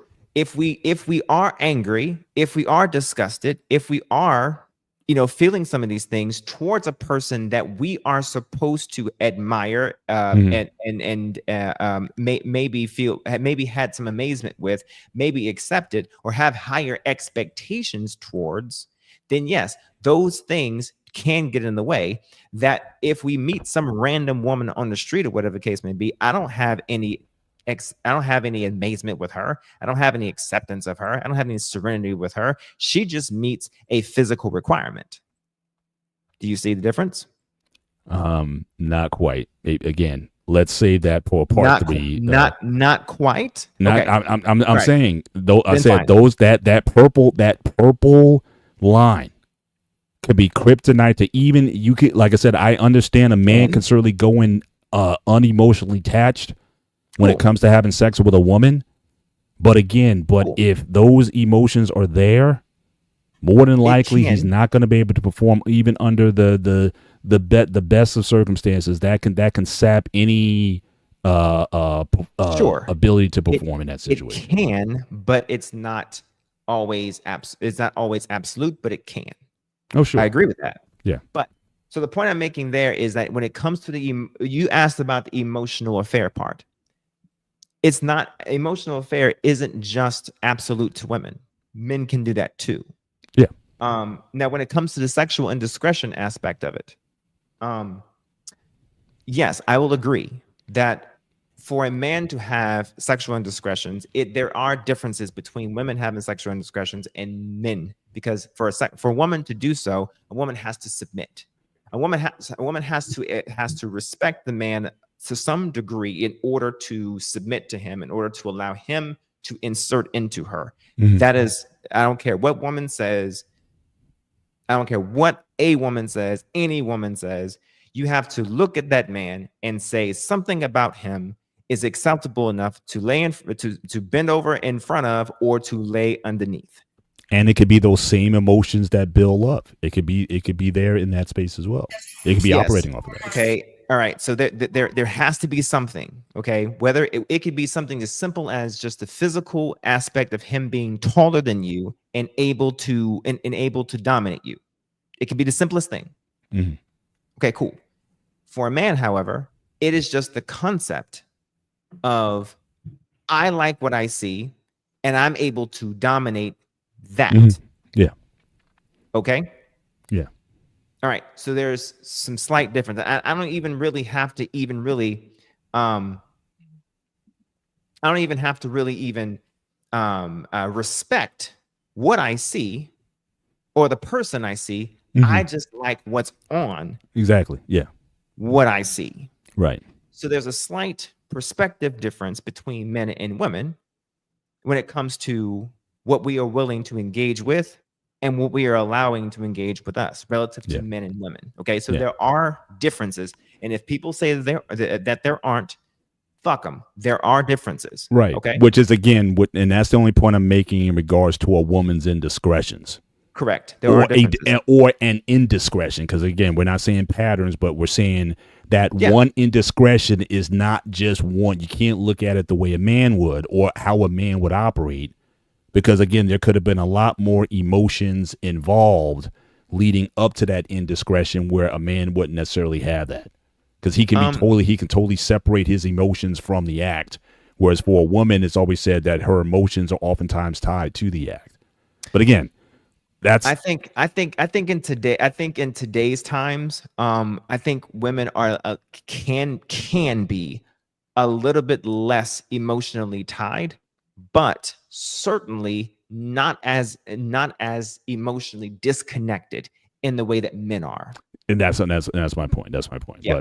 But listen, this has been fabulous. Again, boss man, thank you once again for the thoughtful, respectful, intellectual conversation which you bring to every space that you're in. Certainly, again, definitely am open to another show with this. Had a great time tonight. Again, thank you for the chat also again for chiming in tonight. You guys have been terrific as always. Ghost, your final thoughts as we close out the show? If she cheat at me, I'm going to have one thing for her. Very simple. I'm psychotic, boss man. You know this. I'm trying, boss man. I'm trying to. Where's that baby? Jesus Christ. You've reached your limit on talking. He's like Mirror Universe Captain Kirk. I'm trying to be Spock in this situation. I'm trying to keep him level, but that's just how he is. But boss man, any final thoughts for you tonight as we close out the show? Sure. I would just say that when it comes to love in and of itself, I would say that it's important to understand that you would need people to show proof. It's important to show it as it is, to understand what is being shown to you, and make sure you're understanding what is being shown to you and validate it. And make sure you're not showing too much in comparison to what is being shown to you. If you're constantly in a pattern of providing, and you're not getting enough back, then one, that's an indication that this person just really isn't that into you. But that's also probably an indication that you're probably in a pattern of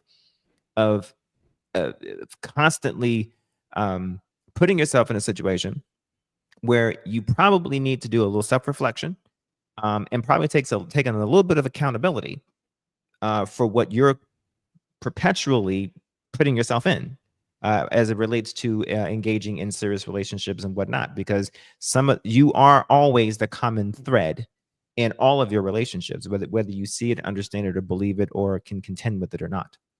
So with that in mind, you are 50% of all of your love connections and love situations. Right. So with that in mind, take some accountability, do some self-reflecting if you are struggling with it. And if you're currently in a marriage relationship right now, dust off that damn table.